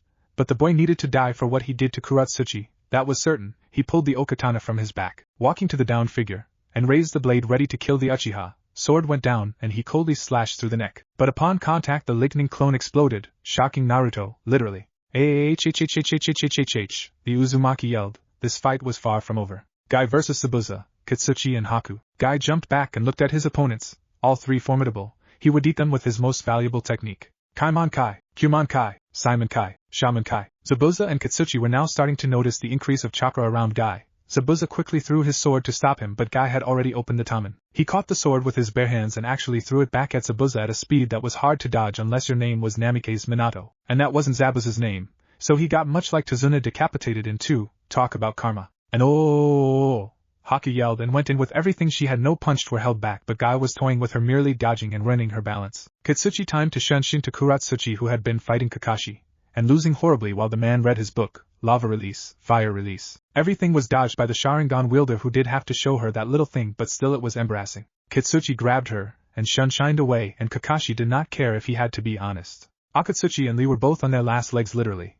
Both were kneeling trying to get back up and not having any success, which made it easy for Katsuchi to grab the boy and shunshin to Naruto, who was fighting Sasuke still. He quickly kicked the Uchiha away and Naruto knew what he had to do. His hands went into a ram hand seal and a distortion happened around, and before they knew anything they were standing in IWA. Naruto looked at Katsuchi. Why did you want me to abandon the mission? I had Uchiha beat. Katsuchi shook his head. Guy used the gates, killed Zabuza with them, and they will probably take the girl back to Konoha for info.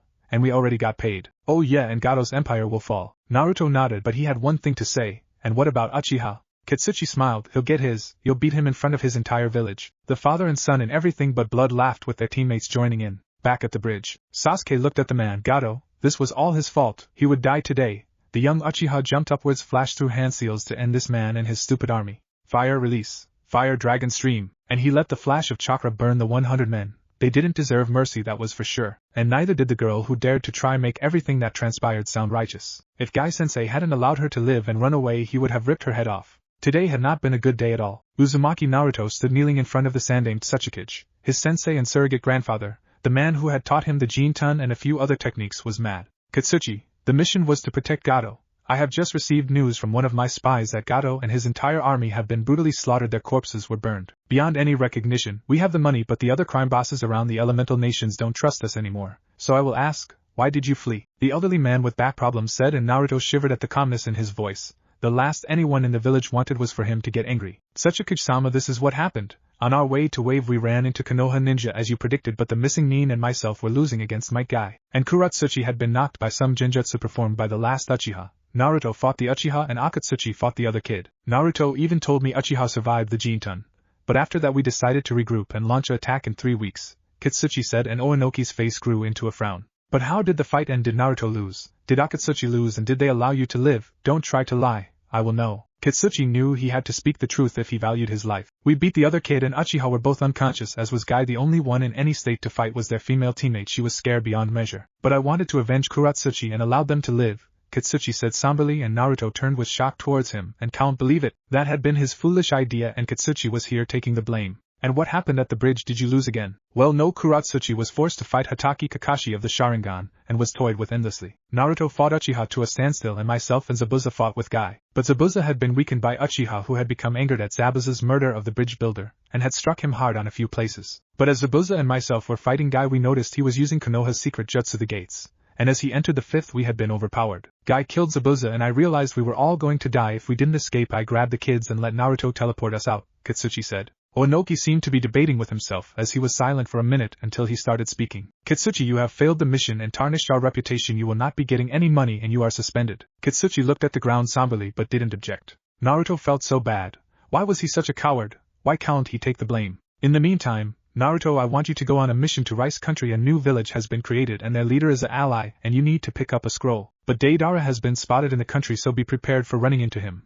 I am very confident that if you outsmart him and use the Kyuubi's chakra you can have him. Naruto nodded and the mighty shinobi turned his toward the other members. Kuratsuchi, I want you to go to the hospital and let them run a few tests.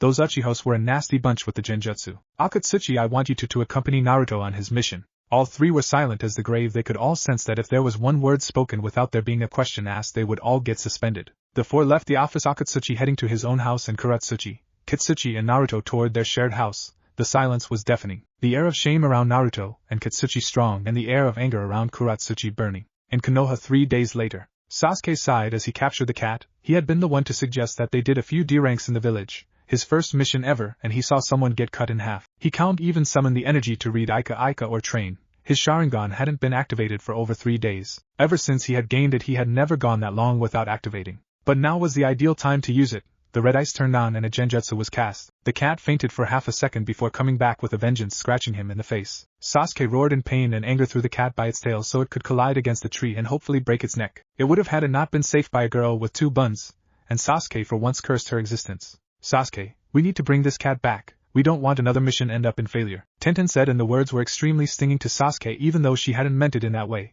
But it did cause Sasuke to not even answer it, in fear that he would say something he would regret. Tenten is right, Sasuke-kun. Your youth has been diminishing the last few days. I know the mission in Wave was tiring and you're glad it's over, but you can't lose your temper all the time, Gai-sensei said, and Sasuke nodded. He would try to be calmer. IWA. Naruto was sealing everything he needed for the mission in scrolls as Akatsuchi stood next to him along with Kuratsuchi. The girl whom Naruto liked was quick to open her mouth. You two better be careful out there. I don't know what I'm going to do if I lose my teammates. Naruto, I want you to not let your guard down, and Akatsuchi, I want you to protect yourself at all times. Naruto put all the scrolls in his pouch and was almost tackled to the floor by Kuratsuchi in a hug. Be safe, Naruto. Naruto gently told her that he would be okay, and she let go to give Akatsuchi the same treatment. Naruto was nervous. They were going to meet the Otokage, a man who had the power to unite thousands of ninjas under one banner, and he was quite possibly going to fight Deidara. Deidara was easily angered and manipulated. If he could take advantage of that, beating him was a possibility. Him and Akatsuchi told Kuratsuchi told their goodbyes, and they left the house, running out of the house and running down the streets of Konoha. They were stopped, however, by a boy jumping in front of Naruto, blocking their way. The boy was named Kanzuya, and Naruto didn't like him one bit, mainly because he was the object of Kuratsuchi's dreams. Why? Sure, he was muscular and had a mysterious aura, but who cared? He was and Naruto would be sure to let him know where he belonged. Ha ha ha ha, what's up, Naruto? Heard you got beat some no-name Konoha genin? You should be ashamed. Your path. And he was on the ground, with his face planted on the ground and Naruto's boot resting firmly on his neck. Know your place, maggot. These words were spoken and Naruto and Akatsuchi were gone, rushing to their mission. Kanzuya was a minor distraction at best. Otokage cure. Orochimaru smiled. His experiments were going great. He would be immortal in no time, and he would destroy Konoha in a few months with the help of Suna and IWA. Kukukukuku. Yes, life was truly a great thing, and some IWA shinobi were coming over to pick up a scroll, and he would mark Uchiha to become his next vessel at the highly anticipated Chunin exams. Uchiha was the ideal vessel, filled with hatred, easily controlled with the promise of power. Yes, things could not be going better. Kimimaro watched as his master sat enthroned. What a great man Orochimaru was, a man Kimimaro loved like a father. Too bad the feeling wasn't mutual. Not that the Kagaya knew that. With Naruto and Akatsuchi rushing through Tsuchi no Kuni at full speed, no conversations were held. They wanted to reach Oto by midnight, and luckily the countries were quite close by, so they would get there. But Naruto was thinking about things. Who was the Otokage? And would Deidara try to kill him? These were questions that needed to be answered, but Naruto didn't like in what way they had to be answered. Naruto, can we stop? I need a little bit of rest. Akatsuchi yelled, and Naruto nodded and stopped his sprint, settling down on the grass-covered ground. He took out a scroll of self-created jutsu that maybe would be useful if he was going to handle Deidara, and a few could be used. His arsenal was a strong one. After Akatsuchi was done taking a break, they stood up and were off to Oto and meet its Kage, and they were rushing in full speed. Naruto inhaled deeply as he looked into the golden eyes of the Otokage, who refused to show his face, covering his lower face with some stupid rag. Naruto didn't really see its purpose. They were allies, right? But he won't say anything. He valued his life. But the kid with the glasses was really annoying him with the stupid smirk. Naruto-kun, I thank you for coming here and picking up the scroll. My ninja force isn't really big, so I can't let them leave. Oh, and meet my assistant Yakushi Kabuto. He is a fledgling ninja much like yourself, Otokage said, and Kabuto looked sheepish at being called fledgling. But Naruto didn't believe that for 1 second. The way Kabuto was standing next to the Otokage made it clear that he was a bodyguard as well, and from what little sensing ability Naruto had, he could sense a few bodyguards above and a few surrounding him, but carefully concealed.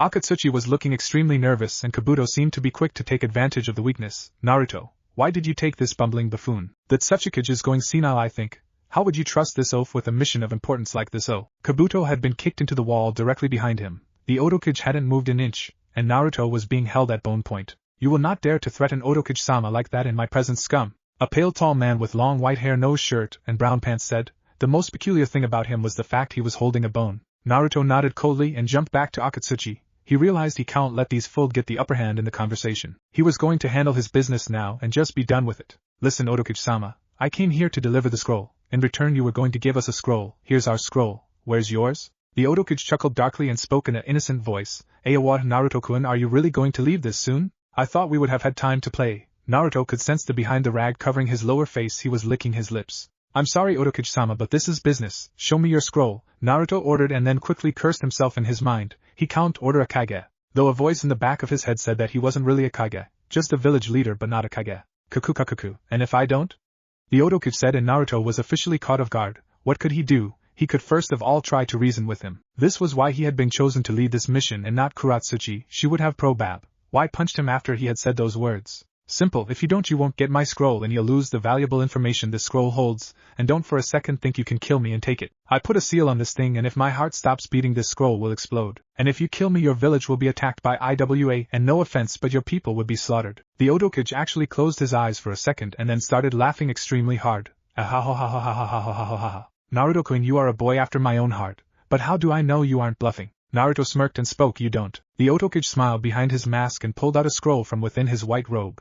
Naruto smiled even more and exchanged the scrolls with the Otokage. The man had a respect for him, he knew that much. Naruto-kun, if you ever get bored with regular ninjutsu, come see me and I'll show the darker side of the coin, the Otokage said, and Naruto told the man that he would think about it. Before they could leave, the Otokage actually forced Kabuto to apologize to Akatsuchi, which the big-boned boy accepted. And Kabuto looked at Naruto and spoke some chilly words. Naruto-kun, I know you are going to participate in the Chunin exams. I will as well. But when we see each other we don't know each other, is that understood? Naruto nodded and wondered what he meant by that. Did he mean that he won't go easy on him or something like that? Must be. They gave the Otokage and his subordinates their last farewells, the Otokage telling Naruto that they would be seeing each other very soon. Naruto and Akatsuchi ran out of the building and out of the village, Naruto leading the formation. He was slyly curious about what the scroll they held contained, since the Otokage had been extremely stingy about giving it away. He halted abruptly to check what it contained and channeled some chakra in it. Akatsuchi came over to see it, and out in a poof of smoke fell 2 green emeralds. But what made Naruto curious was the strange blue glow within the emerald. He quickly recognized it as chakra. But what would the Tsuhikage want with these things? Was he going to make earrings for Kuratsuchi? He understood that emeralds were expensive, but they could have gotten this while staying in the home country. Gems were in abundance in Tsuchi no Kuni, but he would not question the Tsuchikage. Naruto, did you get this strange feeling from the Otokage? Like he wasn't completely human? Did you see his hands? They were like chalk and those eyes creeped me out, Akatsuchi said, and Naruto had a fitting response to the question. Akatsuchi, I don't think the Otokage isn't completely human. Naruto's eyes narrowed dangerously. I know he isn't completely human, and he's probably strong and skilled. That bone guy come to protect him without even being called, and that guy was out of this world. Probably even stronger than Sensei. The Otokage isn't someone we want to cross. We're lucky that we're allies. Naruto sealed the emeralds back into the scroll and the two were off. In a different dimension, Sasuke was standing on the ground looking up. He was being judged by his own summons, the nature primates. The leader was a blinding white mandrill with a toga who stood at easily 11 foot. Sasuke knew he was called Daisuke and that he was easily angered, though you probably won't want to that, as he had the lightning element under his control, and beneath the toga Sasuke knew he had a pair of wings, a baboon with wings. Next to him was a blue female orangutan with a long strong pair of arms. She was covered in bones that she took from her victims as a price. Sasuke knew she had a real name, but she liked to be referred to as Empress. She stood at 7 feet. Next to her was a lazy-looking brown chimpanzee. He represented the earth element. He wore a long cape with a brown necklace. The annoying thing? He was also called Sasuke. He stood at 8 feet. Next to him was Sasuke's own Xinglong. You know about him.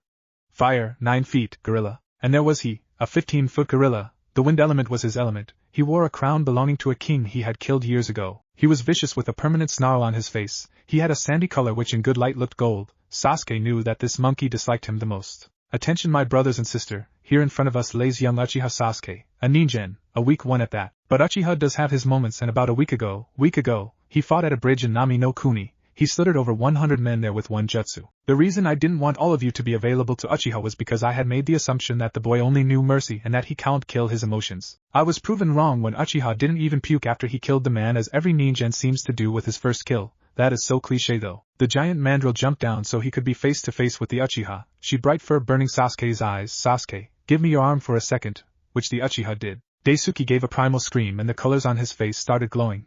And after a while Sasuke started screaming as a scorching heat was burning kanjis on his arm. After the pain was gone and had stopped, he now had 5 kanjis on his right forearm for every element. You can now call any one of us, though we can still kill you if you show disrespect. And now for the initiation. Daisuke kicked Sasuke in the head with a lightning-fast kick, no pun intended, and Sasuke already knew what the initiation was. They were all going to beat him with taijutsu to see how much punishment his body could take. All in all, he was ready for this. He would get beaten, but he now got to summon them. And he was extremely curious about the special ability they all had. They all had one besides their respective element. In a different place, a mouth was making a disgusting chewing noise. In fact, 2 mouths were making disgusting chewing noises. The QB would be theirs even if they had a pass together. Deidara was not scared to kill his own emotions. Let the hunt begin. In IWA, Naruto and Akatsuchi had returned with the scroll, and Onoki was now in his office looking at the gems. These gems could very well cause a revolution. Cause a world where Konoha isn't in top. Create a world where Konoha is a place destroyed. All of that could be created, but these 2 little gems were extremely vital. They were the heart to the plan if Onoki was the brains. There was a knocking on the door and a man entered. Kitsuchi, Onoki's suspended son. His son was strong, but prone to foolish mistakes. But for this plan that Onoki had, all his needed was some time and guts. Hello son, let me get straight to business. You see these little gems? They are the instrument to change. These are jasmite crystals. They are filled with chakra. I will need you to do a few things for me. You are instrumental to the plan. Onoki started talking with Kitsuchi listening and soaking in every word that was spoken. He was amazed. These crystals would be the turning point. Let Operation Jasmite commence. Naruto was bleeding. His eyes had been gouged out. His teeth had all been pulled out painfully. The seal on his stomach was non-existent, only a big black hole. He was strapped to a table. Who had done this? Who was so evil? A pair of golden eyes looked at Naruto, and a long tongue licked his face. Don't cry, Naruto-kun, it's in the name of science. Hey ha ha ha. Naruto woke up with a start in his bed. What the hell? Those eyes which belonged to the Otokage were now cutting him up in the name of science. The Otokage was a creepy man, but he didn't really look a man who liked science. But he won't forget to dream it. It could be important. Naruto, what the hell is wrong? Standing at the door was the petite figure of Kuratsuchi. Naruto looked at her, and she looked concerned. He had screamed pretty loud, so she had a valid reason to be concerned. It's nothing, Kuro-chan, but the last mission I did took its toll on me. The Otokage is the creepiest man you'll ever see, and his assistant Kabuto is a close runner-up, or maybe it's a tie between him and the Bone Dude, Naruto thought while stroking his non-existent beard. Kuratsuchi shook her head. From what little Naruto was allowed to give away, she had learned that while not fighting he had almost died. But Naruto had luckily bluffed and gotten away. Naruto looked at the girl he secretly loved. She was so pretty. He just wanted to kiss her and love her for all of eternity, but she liked that douchebag Kanzuya. God, he hated Kanzuya. Hey Kuro-chan, how about we just walk around the village? It's pretty early, and we don't have any missions tomorrow, so let's just walk around the village. Put on your normal clothes and grab your weapons for emergencies. Kuratsuchi nodded and left Naruto's room. Naruto sighed and looked under his blanket. That girl really did something to him. He quickly thought of Katsuchi's back hair, and the erection quickly disappeared. Naruto put on black shinobi pants and a baggy black t-shirt. He strapped his nodachi to his back. That's all he was going to need. Naruto walked downstairs where Kuratsuchi was waiting for him. She was wearing tighter black shinobi pants and a white sleeveless shirt. Her short hair hanging loose without the aid of her headband which she had left in her room. Naruto had put his around his forehead as it was sacred to him. They left the house with Katsuchi still sleeping, walking to the market of the village. The silence between them was a comfortable one. Naruto thought of his old home when he had been abused and mistreated in. But he could savvily admit Konoha was way more livelier than IWA. All he could see was ANBU in the shadows, of to cool people so they can feed their families. That was the life of a ninja, kill or be killed, and Naruto refused to be killed. Naruto followed the soft melody that seemed to guiding to a better place. He didn't know where, but it was a good place most likely. Kuratsuchi following Naruto all the way. Brat, you're in a genjutsu. Snap out of it. Naruto was shocked awake and looked up only to see a huge bandaged sword coming from above. He grabbed Kuratsuchi and jumped back. What the hell? He had just been somewhere else and now here he was in the outskirts of the city. It's curious, isn't it? Genjutsu is the least practiced shinobi art, but in my humble opinion the strongest one. Jinchuriki have a hard time learning it, I heard. A voice said, and Naruto looked up and lynched. Was it Sasuke? No, he looked older and taller, long hair and a ponytail, Konoha headband with a cut signifying severed ties and a long black cloak with red clouds. Uchiha Itachi was a force to be reckoned with. 17 years old but already one of the strongest shinobi in the world. With intelligence only rivaled by Hiruzen and Orochimaru, and he wasn't even half their age. The teenager had a mind beyond his years and he wasn't quite in his prime. The only thing stopping Itachi from reaching his full potential? A pesky disease. Naruto growled at the shark-like man who had almost killed, quickly closing his eyes and charging chakra deep from within. I could forgive you if you just tried to kill me, but I won't since you tried to kill Kuratsuchi too. Die scum, die scum. And Naruto started forming the cube of destruction between his hands. Kisame's eyes bulged. They hadn't been informed about this. Itachi screamed a warning and Kisame knew he had to dodge. Dust release. Detachment of the primitive world. and Kisame actually dodged by jumping extremely high. Even with it expanding not reaching him, the attack exploded without taking anything with it. Technique packs quite a punch. It's true you are Onoki's student. Listen, how about you come with us?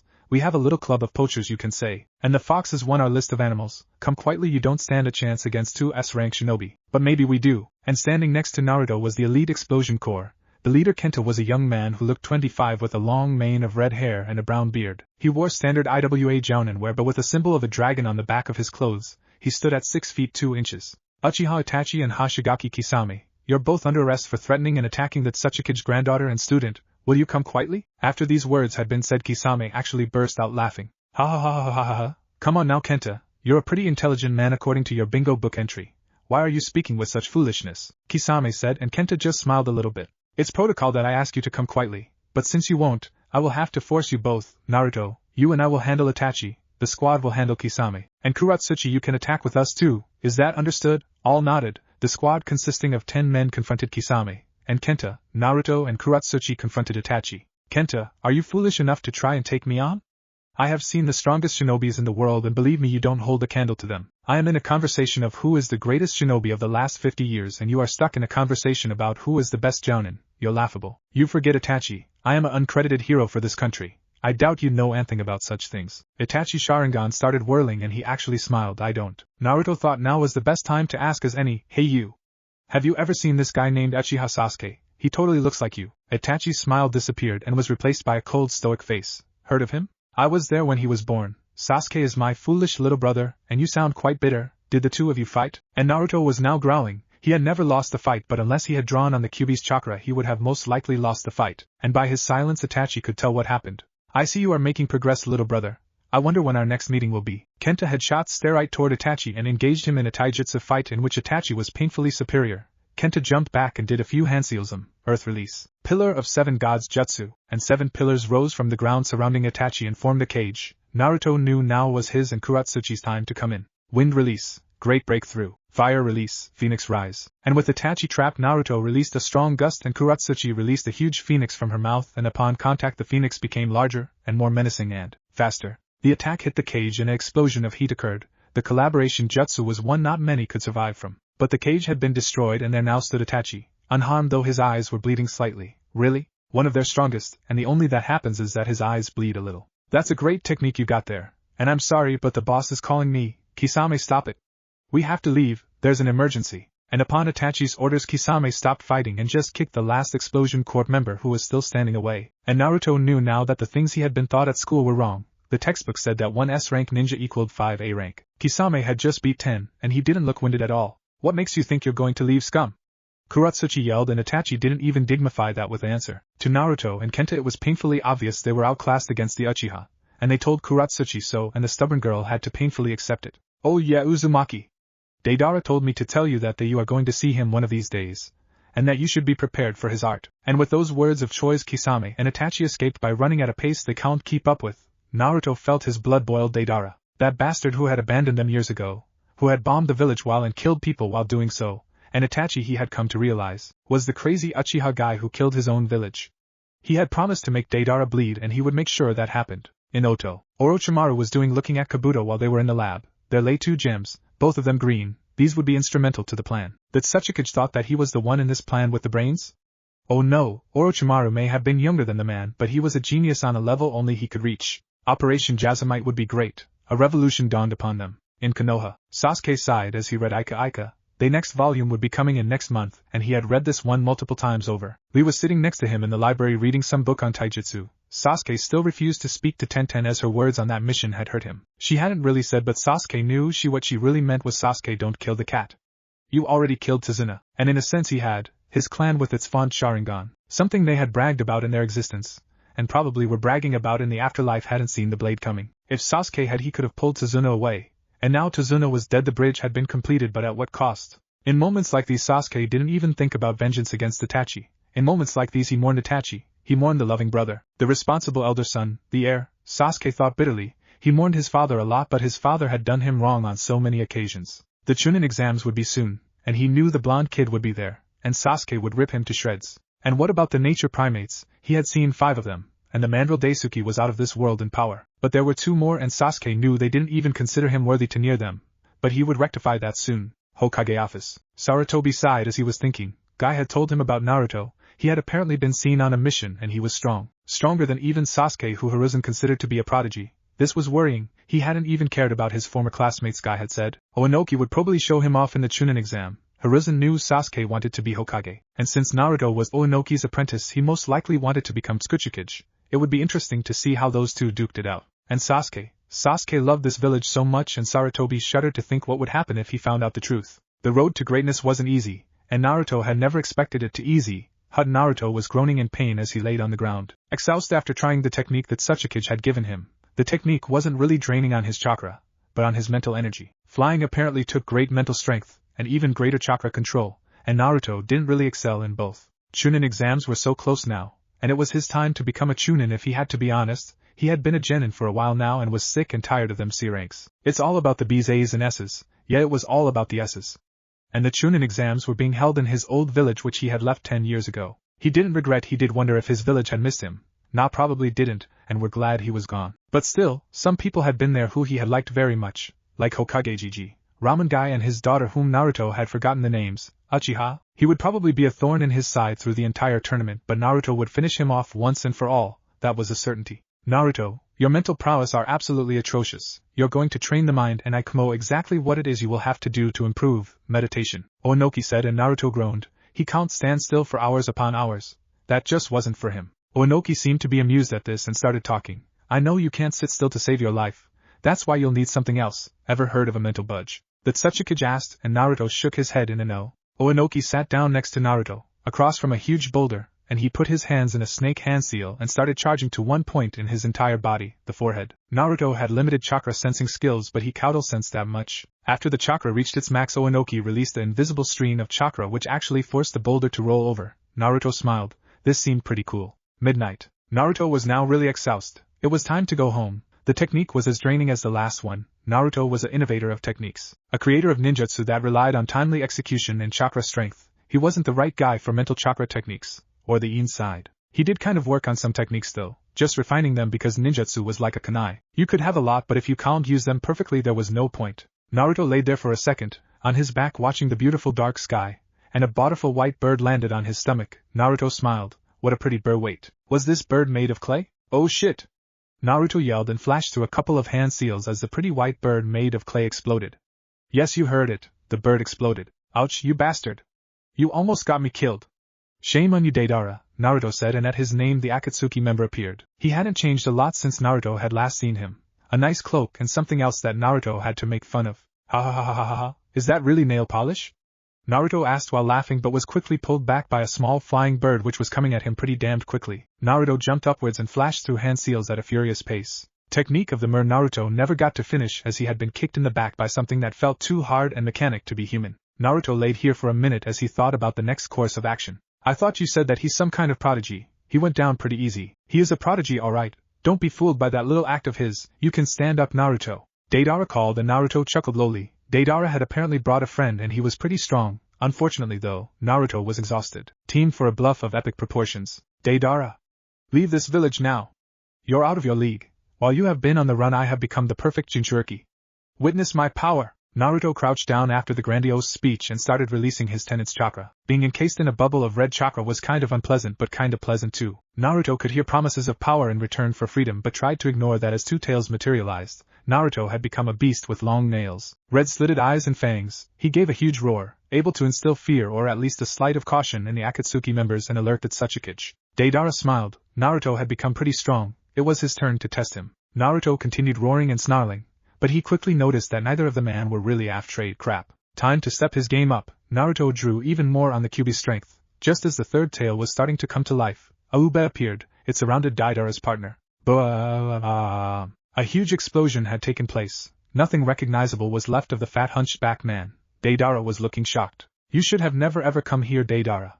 Now you die too. As he talked, he grabbed a kunai, filled to the brim with wind chakra, the object thrown, extremely fast, piercing a hole into the Akatsuki member's chest. As Deidara's body lay there, it faded away to become some waterfall ninja. TCH, forbidden jutsus are the bane of the world. To think that Deidara would use them like that, Onoki said as Naruto returned back to normal, feeling even more fatigued than he had been, quickly falling asleep. Akatsuki hideout. So the Jinchuriki can access the Kyuubi's power at will?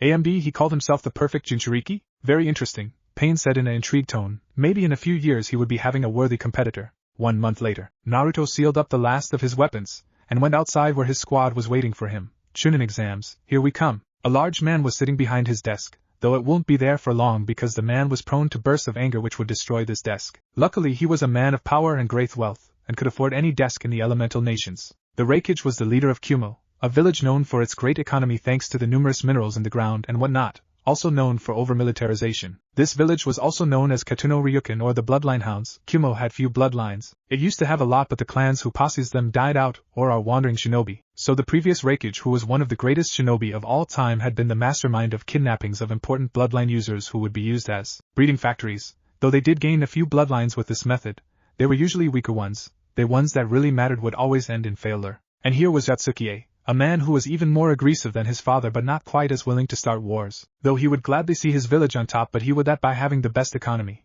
having the greatest population and having the strongest shinobi. I was dark-skinned with a hulking physique. He had no shirt underneath his kage robes so you could see the abs. He was really tall, around 6 feet 5 inches. You would think he was slow with all that weight, but on the contrary, the Reikage was the fastest man alive. 4 individuals were confronting him, 3 dark-skinned, 1 with fair skin. The largest and oldest was the teacher, who was a dark, bulky, tall man with blonde hair. He had the standard Kumo Jounin vest, which was a white vest with only 1 strap. He had on his right shoulder a tattoo of the kanji iron. The man was Killer B. Yo brother, what you thinking bout? We can't hear your thoughts, you gotta speak out loud. The man rhymed. He was a aspiring rapper who can't really rap. Shut up, B. Your rapping sucks.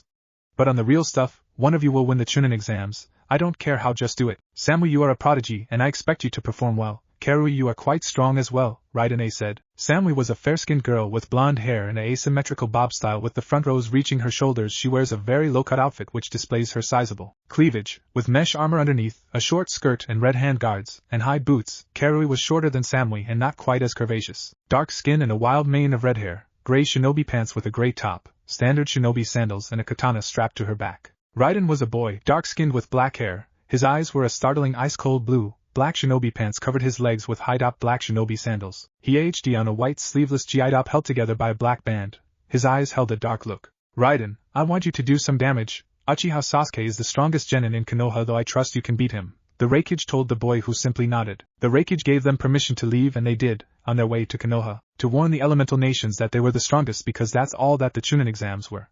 A way for Kages to show off their might. Kiri, the Mizukage, was a beautiful woman. Stunningly beautiful. She was a woman in her late 20s, making her the youngest Kage in function. She looked over the team she was going to send out. They would be great for this. Their silent assassination skills would leave Konoha spinning. I trust you know what to do, Mei said in her sensual voice.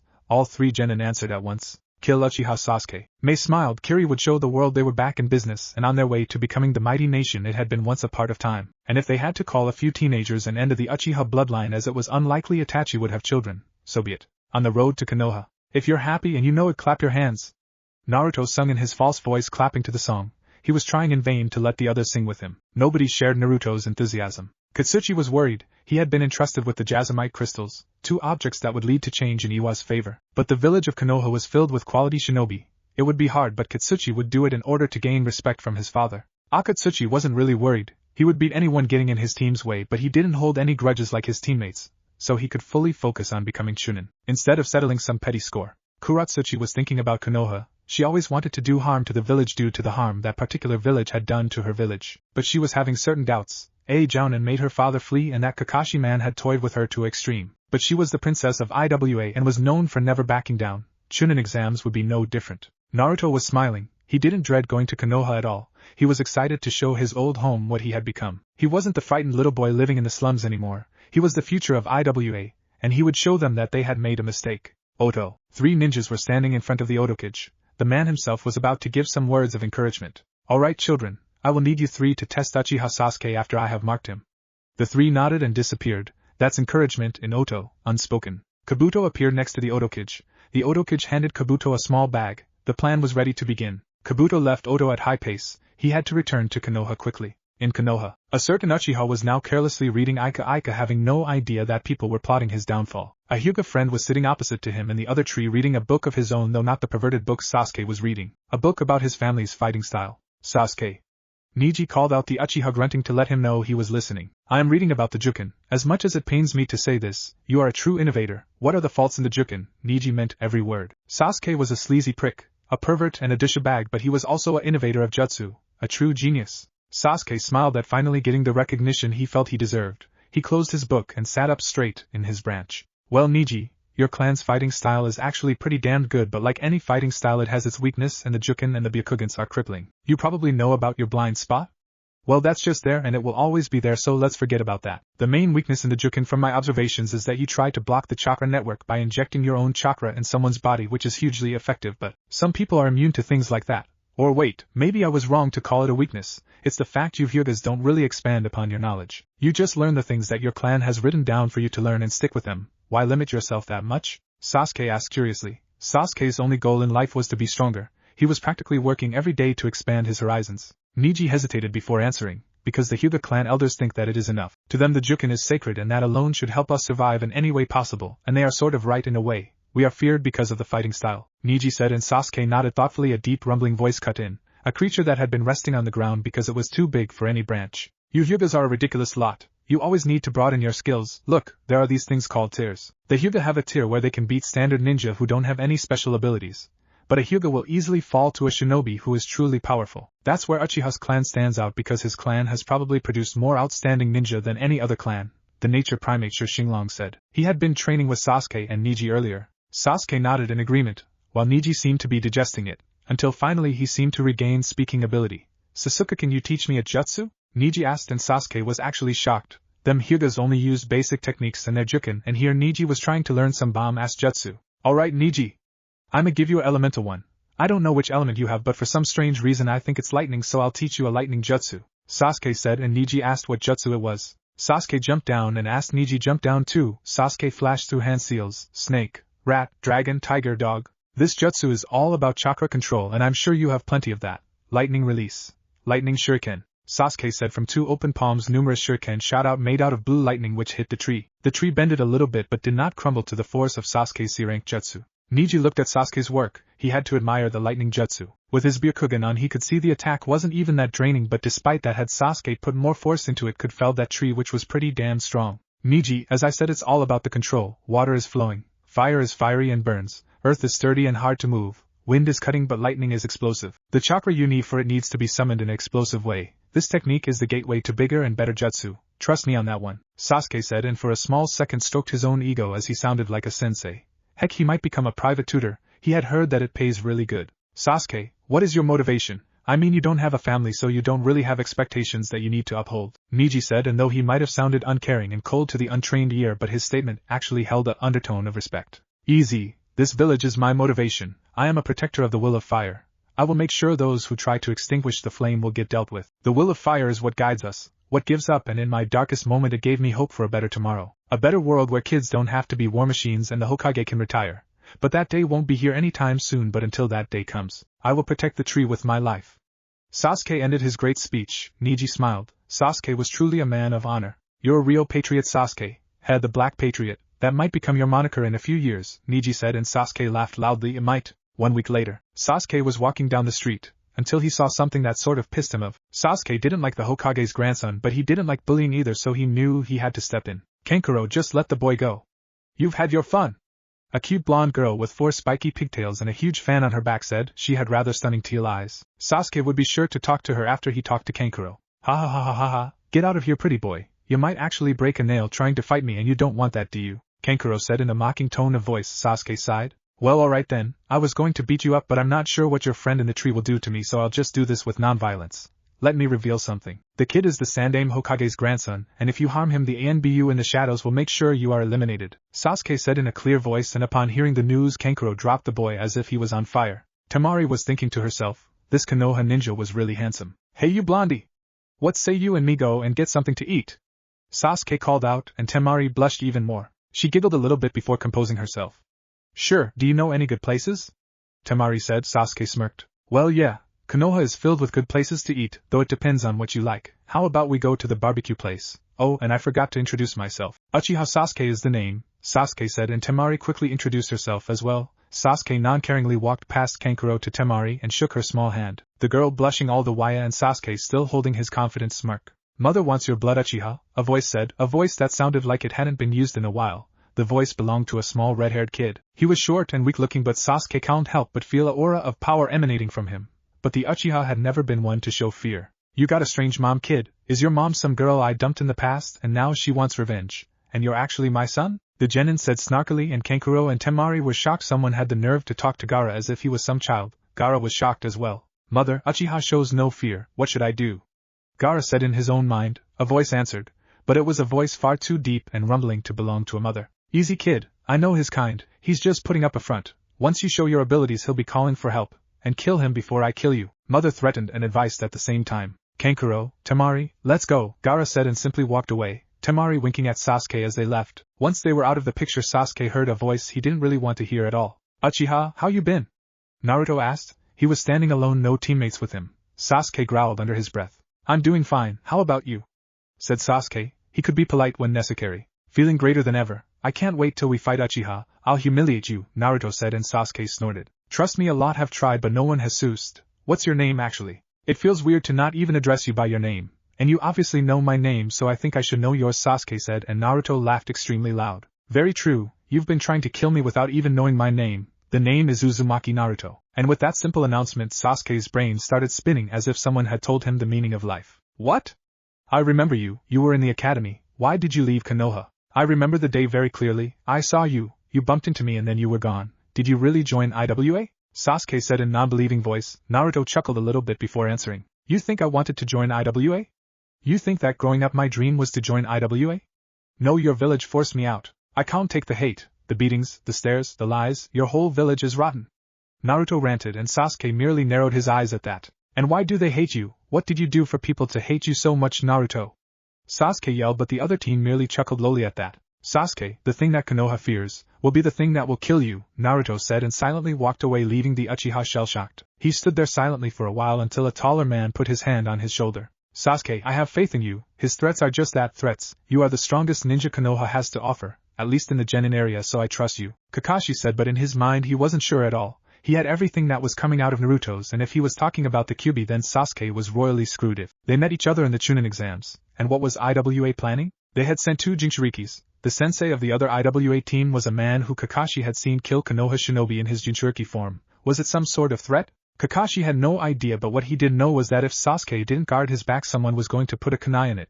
These Chunin exams smelled fishy. Now go to the academy. Your team is waiting for you, Kakashi said. The Uchiha nodded and shined away. Kakashi wished that Sasuke was under his apprenticeship, but the Hokage wanted him under guy, so he can't say anything. With Naruto. I remember this place, Naruto said upon entering the academy classroom. His 2 teammates were with him, of course, and he could see Kazuya, Minami, and Shin there in their own little corner. Naruto greeted Minami and Shin but ignored Kazuya. God, he hated that prick. Hey Kazuya, are you excited for the Chunin exams?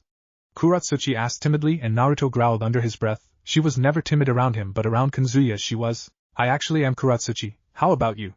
Kazuya asked, and Kuratsuchi said that she was excited as well. Naruto looked away from them and looked at the opposition. Numerous ninja were there and trying to stare the young Uzumaki down, but Naruto, with a little bit of killing intent, shut everyone up. He saw Kabuto but quickly remembered what the boy with the glasses had told them. They didn't know each other. He snorted when he saw Sasuke and his squad enter. The girl with the buns was there as well as the boy with the thick eyebrows. Sasuke was talking to a boy who looked blind, but Naruto knew better. He was a Hyuga. Guy-sensei almost didn't want to put us in the exams, but apparently he changed his mind and now we're here. I'm going to win this entire thing, Sasuke proclaimed loudly. Naruto could see Kabuto walk up to Sasuke and the other rookies of Konoha. He silently listened to what they were talking about. I won't talk all that big talk here. Everyone is more experienced than you and everyone is more prepared to kill than you, Uchiha Sasuke. But luckily enough, I have more than enough information about the opposition, and since we're both from Konoha, I think I can share it with you, Kabuto said. After revealing that he knew this because he had failed the exam 7 times, Naruto laughed loudly. After getting an angry look from Kabuto, he just decided to shut up. Sasuke seemed to want to know about Naruto, and Kabuto pulled out a card from the deck he had been holding and looked at it. Naruto Uzumaki? He's a genin from IWA. He's skilled in ninjutsu and taijutsu, and he has access to the ginton due to the fact that he is the Tsuchikage's apprentice. That's a contender not only for Chunin but for winning this whole thing, Kabuto said. Naruto smiled at that. They didn't even know everything about him. The ginton wasn't his strongest skill. A cold voice that was quiet and yet loud asked the next question. And Uchiha Sasuke?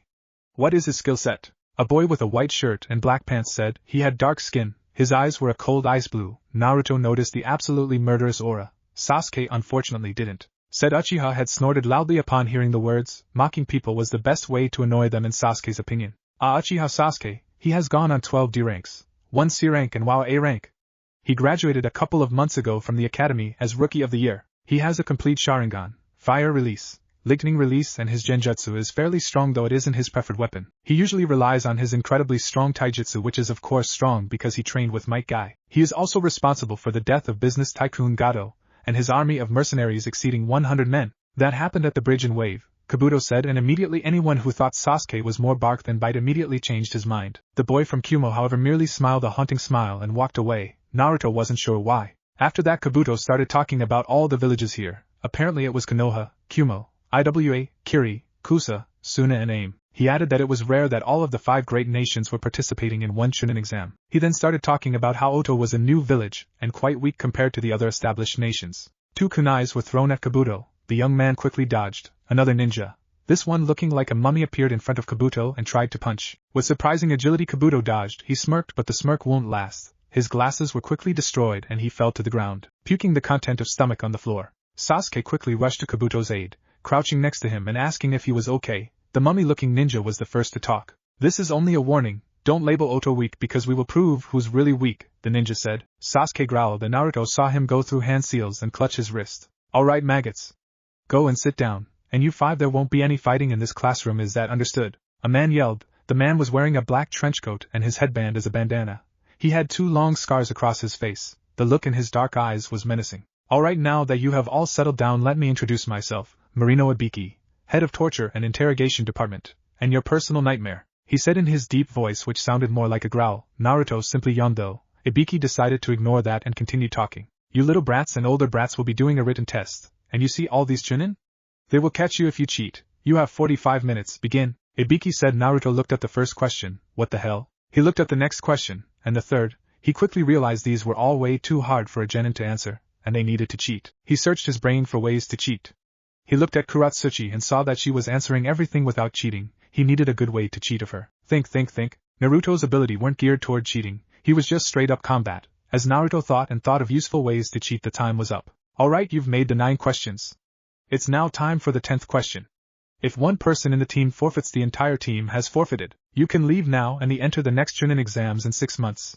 But get the question wrong and you'll never enter the Chunin exams, Ibiki said, and that was immediately followed by outrage. He listened for a few seconds before shutting everyone up. Shut up. Now who will leave?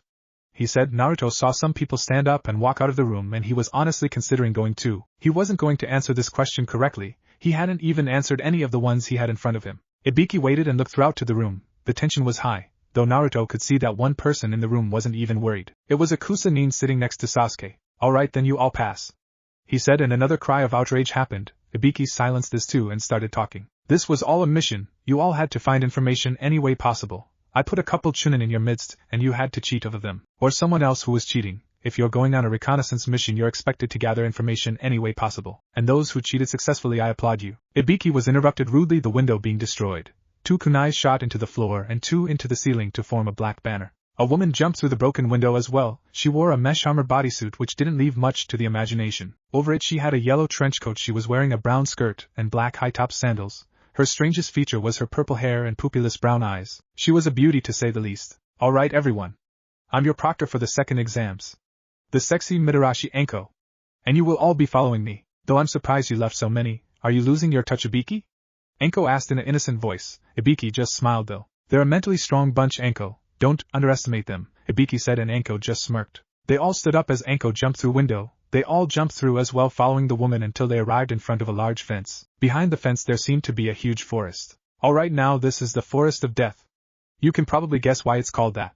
Well, you, my little children, will be going into this forest for 5 days. This is a Earth Scroll and this a Heaven Scroll. You will be given one of these scrolls, but you need to obtain both. How do you do that? Stealing. Now team leaders, come pick up your scrolls. The team leaders started picking up the scrolls, Naruto as well. The scrolls were packaged now so that nobody could see which one it was. He saw the girl with the buns pick up hers as well. After Enko gave the signal, everyone was running into the forests. From here on blood would be spilt. Naruto jumped from tree to tree. He was in the middle with Kuratsuchi on his right and Akatsuchi on his left. Naruto wasn't sure which team had which scroll, but he would find out. He always did. Naruto looked with his sharp eyes into the distance. He saw a couple of masked widows from AIM. Naruto wasn't sure what the mask was for, but he didn't care. He sped up, leaving his teammates in the dust. In a couple of seconds, Naruto had arrived in front of the shocked AIM shinobi. "Hey you guys, what scroll did you guys get?" Naruto asked somewhat kindly. But apparently kindness wasn't something they liked, and all three men attacked Naruto with kunais. Naruto dodged the first guy and gave a hard uppercut to his chin. The man fell unconscious upon contact. Upon seeing their teammate defeated so easily, they all become even more aggressive. The one on the right jumped at Naruto with kunai and started hacking and slashing even more. Naruto just dodging. The man didn't to try again because kunai was put in throat, courtesy of Kuratsuchi. "It's over, give us your scroll," Naruto said. The remaining AIM ninja nodded fearfully and pulled something from his pouch. A scroll which he threw toward Naruto, who caught it easily. Naruto growled when he saw that it was just another Earth scroll. They already had that one. The AIM ninja jumped and ran away at an extremely fast pace. "Really? Are you going to let him escape that easily?" Kuratsuchi questioned. Naruto looked at her and simply nodded. The girl in question growled at Naruto's non-caring manner. "Alright team, this is the Earth scroll and we already had that one, so let's find our next victims," Naruto said, and started running into the depths of the forest with his teammates following. With Team 9, Tenten, give me the scroll. I can protect it better than you could, Sasuke said, with Tenten shaking her head in a no. "Are you dumb? That is the most obvious thing to do. No one will expect me to carry it, and are you implying I am weak?" Tenten asked in an offended tone. Sasuke shook his head in a no. "No Tenten, I think you're very strong. But that's beside the point, you having the scroll is so obvious. Let's give it to the girl, no one will expect her to have the scroll. Is the oldest trick in the book," Sasuke said in an exasperated tone. "What scroll are you guys talking about?" A voice said. A voice Sasuke decided he didn't like at all. The Uchiha looked and saw three Kiri ninjas, all three with black cloaks and masks. The one in the middle had a turtle mask, the one on his left had a slug mask, and the one to his right had a monkey mask. "It doesn't concern you, now walk away, unless you want to die," Sasuke challenged, and the three Kiri ninjas laughed. Sasuke noticed quickly that one of them was a girl. "You Uchiha scum were always way too cocky for your own good. That's a bloodline nobody will miss," the female in the group said. Sasuke growled but quickly controlled himself. "Going into a fight with anger in your head was never smart. I know a couple of bloodlines no one will miss, but it isn't mine," Sasuke said, and upon completing the sentence the atmosphere seemingly got colder. "Of course, fitting that it would be Uchiha to mock the genocides that occurred in our country," the one in the middle said. Sasuke got a puzzled look on his face. "What's that supposed to mean?" the young genin asked, but this time the silent one on the right, who Sasuke noticed was noticeably taller than the other two, was the one who talked. "It doesn't concern you Uchiha," he said, and Sasuke narrowed his eyes, but those same eyes would widen due to surprise in a nanosecond as the boy in the middle did a ram hand seal. Sasuke grabbed Tenten and Lee and jumped extremely high in the air, and not a second too late because the ground they had been standing exploded. Sasuke quickly realized that this wasn't to get their scrolls, this was an assassination attempt on him. Sasuke quickly dodged when one of the cloaked ones appeared in front of him with a long sword ready to cut him in half. Sasuke was never one to take something lying down and flew through hand seals. Fire release. Great fireball jutsu. And the great fireball seemingly enveloped the cloaked warrior, but Sasuke quickly saw him actually jump through the fireball and engage the young Uchiha in a taijutsu brawl, with the Kiri ninja getting outclassed. Sasuke looked to his right to see how Tenten was faring and quickly regretted it because a furious hook was delivered to his jaw. Sasuke spit out blood due to the force of it, but Sasuke quickly started retaliating with furious punches and kicks, all either dodged or blocked. Sasuke expertly did a roundhouse kick, but his leg was grabbed in an iron grab. The young Uchiha was violently thrown in front of a tree. "What the hell is this guy made of?" Sasuke said. His taijutsu and ninjutsu both weren't working, and he didn't really feel comfortable enough of his opponent to perform a genjutsu. He first was going to try to see any weaknesses if he could. He looked to his left, and saw Lee dodging furious-looking water whips. It looked like a giant squid made out of water chakra. Sasuke stood up from the place he had been thrown with a confident look on his face. "Alright, not going to lie, you're pretty strong," he announced. He pulled out a seal from his pouch which had the kanji for lightning on it. He charged some chakra in it, and he knew the person would come to help him, before jumping at the cloaked Kiri and engaging in a battle of strength again. With Niji. Niji sighed as he walked around with his teammates, in search of a scroll. He didn't like his team at all. The boy Sai was a strange kid, extremely pale and always with a fake smile, and he had a way of pissing off his female teammate. Aiko was a girl who, despite being quite skilled, talked too damned much. Sai was skilled too, but he was just weird. The Hyuga would have rather been on a team with Sasuke, but it was not to be. Speaking of Sasuke, he could feel his seal burning. He pulled out the piece of paper with the kanji for lightning on it, and looked at it. Sasuke needed his help. "Byakugan." Niji hissed, and the veins surrounding his pearly eyes bulged somewhat disgustingly, and the young Hyuga started looking around and luckily enough quickly found Sasuke's chakra as he was fairly close. "Team, follow me, our classmates are in danger," Niji said, and Sai and Aiko nodded and rushed after the Hyuga. With Team 9, Tenten dodged the kunai thrown at her, charged with lightning again. She was fighting another weapon user, who was female like her, but she had the strangest ability. The weapons didn't come from a scroll, the weapons came from the girl herself, materialized from her own being and chakra, a gift a person like Tenten would die for, and if that wasn't enough, the girl used her own lightning chakra to make a simple kunai be able to cut through a tree. You foolish little girl, you won't win, can't you see that?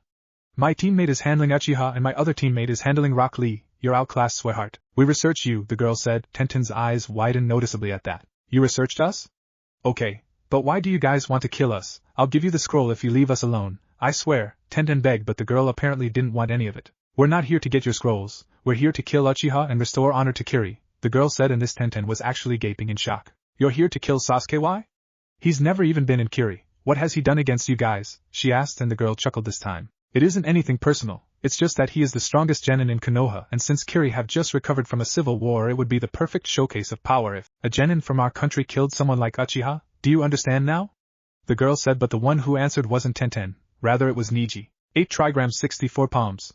The Hyuga said, and the Kiri ninja was getting pummeled due to the sneak attack from Niji. Niji continued his furious taps of chakra blocking until the girl fell to the floor. How odd, would Kiri really risk killing the last descendant of a village founder just to get their clout up? Seems really risky, Niji said. Tenten looked at the Hyuga who had just taken out the girl she had been having trouble with. She didn't get a chance to talk because he started talking before she could. Tenten, come here, I have a plan and we will need everyone for the plan to work, Niji said, and before Tenten could nod, a cold voice which sent shivers down her spine started talking. What plan? The Kiri girl's cold voice said. She had stood up from the place where Tenten had thought she had been disabled, but apparently it was going to take more to take her out. The girl held out a palm from which came a long chain which at a speed that would make the yellow flash jealous wrapped around Niji's ankle. This is far from over, scum, and Tenten really believed her when she said that. Team Naruto. Naruto looked at the boy opposing him. A foolish little boy with red hair and green eyes. Naruto wouldn't let him live. Uzumaki, mother wants your blood, you will feed her, she's hungry for some blood, the red-haired kid said, and Naruto had a puzzled look on his face. Your mother? Where is she? Is she your mom? Naruto asked, pointing toward the blonde-haired girl who seemed utterly afraid, but not of Naruto or his team. Rather, she was afraid of her own teammate. Naruto sensed the chakra in the air become colder and more hollow. Sand seemed to be slowly floating out of the boy's giant gourd he had on his back. Naruto still stood there. He was ready. Wait, Gaara, please. Did you forget the plan? The boy in the catsuit told the boy, who was obviously mentally unstable. Gaara seemed to calm down somewhat, and the sand started entering the gourd again. Naruto was utterly puzzled. Wait. What plan are you talking about? Naruto asked, and Gaara was the one to answer this time. You'll find out eventually. And with those solemn words the three walked away. Naruto watched them leave. What plan were they talking about? Naruto was having a really bad feeling about the Chunin exams. The entire event smelled fishy. I can't believe it. Naruto, we should have just attacked them and taken their scroll. It won't have been hard. Did you see how scrawny that kid is? And he didn't look like he got a good night of sleep last night, Kuratsuchi said. Naruto calmly sat down on the ground before answering. Don't think for a second that Gaara kid is weak, because he isn't. He might be even stronger than me, Naruto admitted, and as expected outrage followed from his female teammate. Stronger than you? Naruto, I think you're overestimating him. The only I can see competing with you in this entire thing is that Sasuke kid, and I doubt he could actually beat you. Why would you say that? The princess of Iwa said. Naruto looked up from his sitting position and started speaking. Kuratsuchi, you're a really strong kunoichi, but you don't understand the situation. There are a lot of people in this tournament who are extremely strong. The Kiri team, the Kumo team, Sasuke and his squad, and everybody is trying to kill each other. That kid you saw right there is called Gaara, and he's like me, a Jinchuriki, Naruto announced, and Kuratsuchi and Akatsuchi gasped. They knew he was one. In Iwa everybody knew who the Jinchurikis were. So he has the Ichibi, that's soon as Biju, Kuratsuki said, and Naruto nodded. But the blonde Uzumaki wasn't done informing his teammates just yet. And what's worse is that the beast controls him. He thinks it's his mother, Naruto said, and Kuratsuchi seemed to become saddened at once. Naruto can't even blame her. It was a pretty sad thing. But I'm not done yet. While all the guys I named are strong in their own rights, there is someone else here in this forest. Someone who is quite possibly stronger than the Hokage. Complete and utter silence followed the statement. His teammates in shock, and Naruto had to break the silence with even more frightening news. Don't look now, Kuratsuchi, but she's in the tree behind you, Naruto announced, and with a trembling heart Kuratsuchi disobeyed Naruto and turned around. She saw a Kusa ninja, a female one garbed in a creamy ninja kimono and a straw hat. The kunoichi smiled at her and waved in a friendly way before seemingly sinking into the tree and disappearing. Kuratsuchi was usually someone with a heart of steel, but that one harmless-looking kunoichi from Kusa had absolutely terrified her. She looked at Naruto, who was on the floor. His calm attitude was something she admired. He never panicked needlessly. She steeled her nerves and calmly sat down next Naruto, who smiled a big smile at that. Akatsuchi sat down as well. Though you might think, why would Naruto be happy that they are sitting down? It is a sign of calmness, and the only way they were going to make it to the tower was by keeping a cool head. They were now going to plan their way to win. Elsewhere a huge brawl was happening, with Team 9. You thought you could outsmart me, huh? Konoha scum! With a mighty yank the girl from Kiri who had wrapped her chakra chain around Niji's ankle threw him in the air. However, he won't be in the air for long because Niji with a mighty chakra palm broke himself free. Instead of going at her again, he grabbed Tenten and threw her over his shoulder, and ran as hard as he could towards Sasuke, surprisingly not even getting chased by the Kiri Kunoichi. Sasuke was in a furious taijutsu clash. Ninjutsu didn't work against this guy for some strange reason. He just walked through it as if it was nothing. Sasuke had tried everything in his ninjutsu repertoire and he had come up short. The Great Fireball, Fire Dragon Stream, Fire Dragon Missiles, Lightning Jutsu. The few water jutsus he knew, which were only 2 and they had all failed. He was immune to ninjutsu, which wasn't something Sasuke could fathom. Who in the history of the shinobi world had been immune to ninjutsu?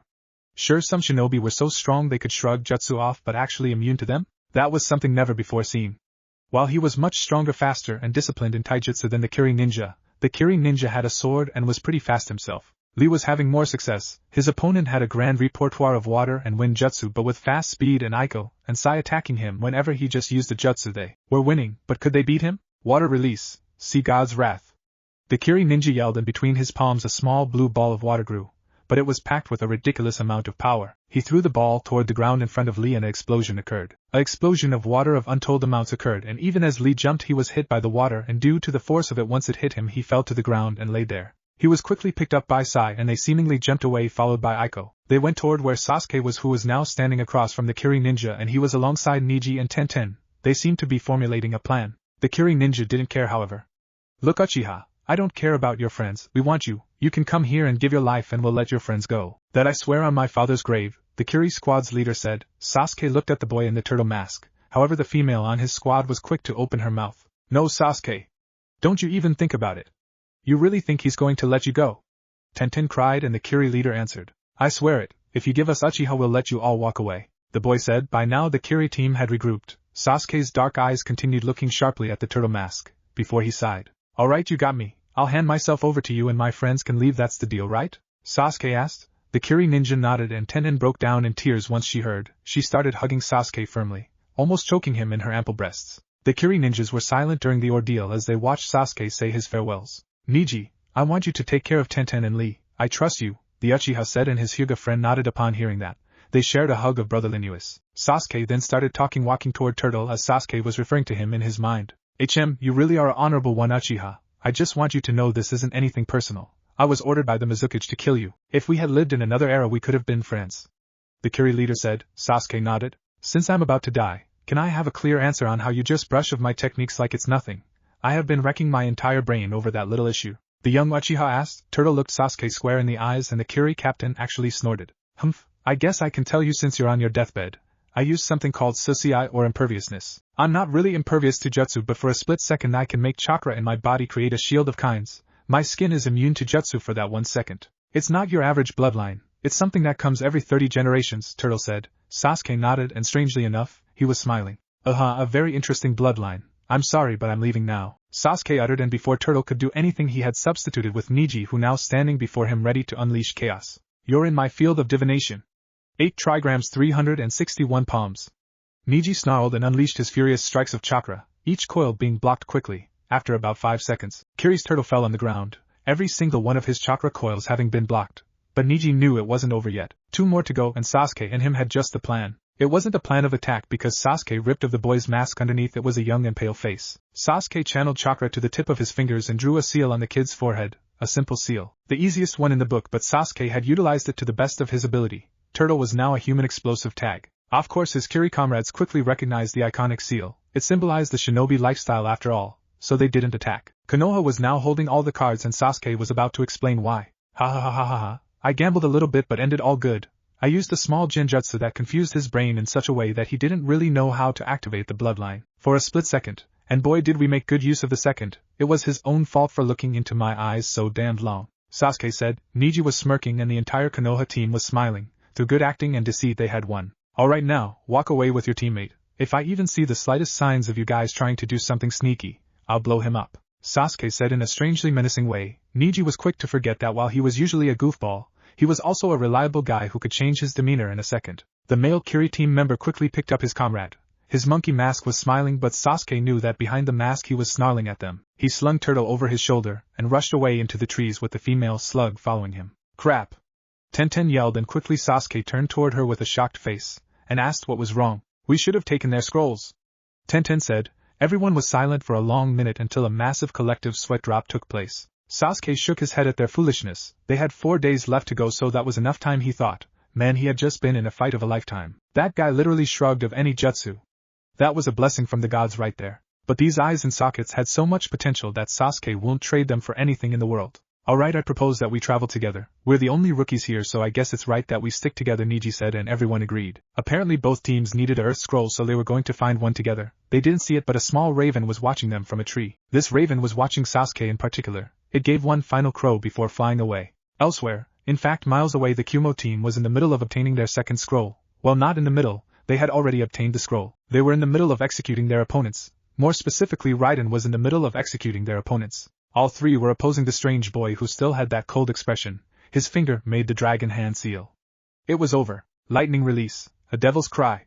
And nothing happened until the three mentioned shinobi started doing some strange stuff. Their mouths started foaming, and that was just the beginning. Their eyeballs slowly fell out. At this point, Karui and Samui weren't watching the massacre. Had they been watching, they would have seen the three more experienced but still genin Konoha ninjas' skins slowly melting and their bones, which looked strangely burnt and smoke coming of it, fall to the floor. TSCH, what weak clowns. They were undeserving of life being that weak. I can't believe the opposition is this weak, Karui said. Though she wasn't capable of that horrible kind of murder Raiden was capable of, she was still cold-hearted. No, Koi, there are plenty of strong people in this tournament, and I want to fight the strongest of them all, Uzumaki Naruto. He's a special one. Even stronger than Uchiha, I think, Raiden said. Karui nodded. Samui was quick to interject. Remember, you'll fight Uchiha and you'll humiliate him. You can beat Uzumaki in your own spare time, the Buster girl said. Raiden glared at her, but Samui wasn't scared in the least. She knew he wouldn't do anything. She knew he was the Raikage terrified him, and he knew that if he harmed her, the Raikage would be mad. TSCH, let's go, Raiden said, and they went on their merry way to the tower. Somewhere else, Naruto and his team had come across someone he knew.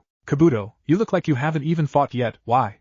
Naruto asked the silver-haired spy. Something Naruto had been able to decipher fairly quick once he saw him walk around with the Konoha headband. Oh, I have fought, and I have beaten people. What scroll do you need? The man in glasses asked, and Naruto replied with a heaven scroll. The young man went through his pouch and threw one at Naruto. Why? Would you give this away? It's yours, man, Naruto said, but Kabuto quickly waved that away. Nah, it's nothing.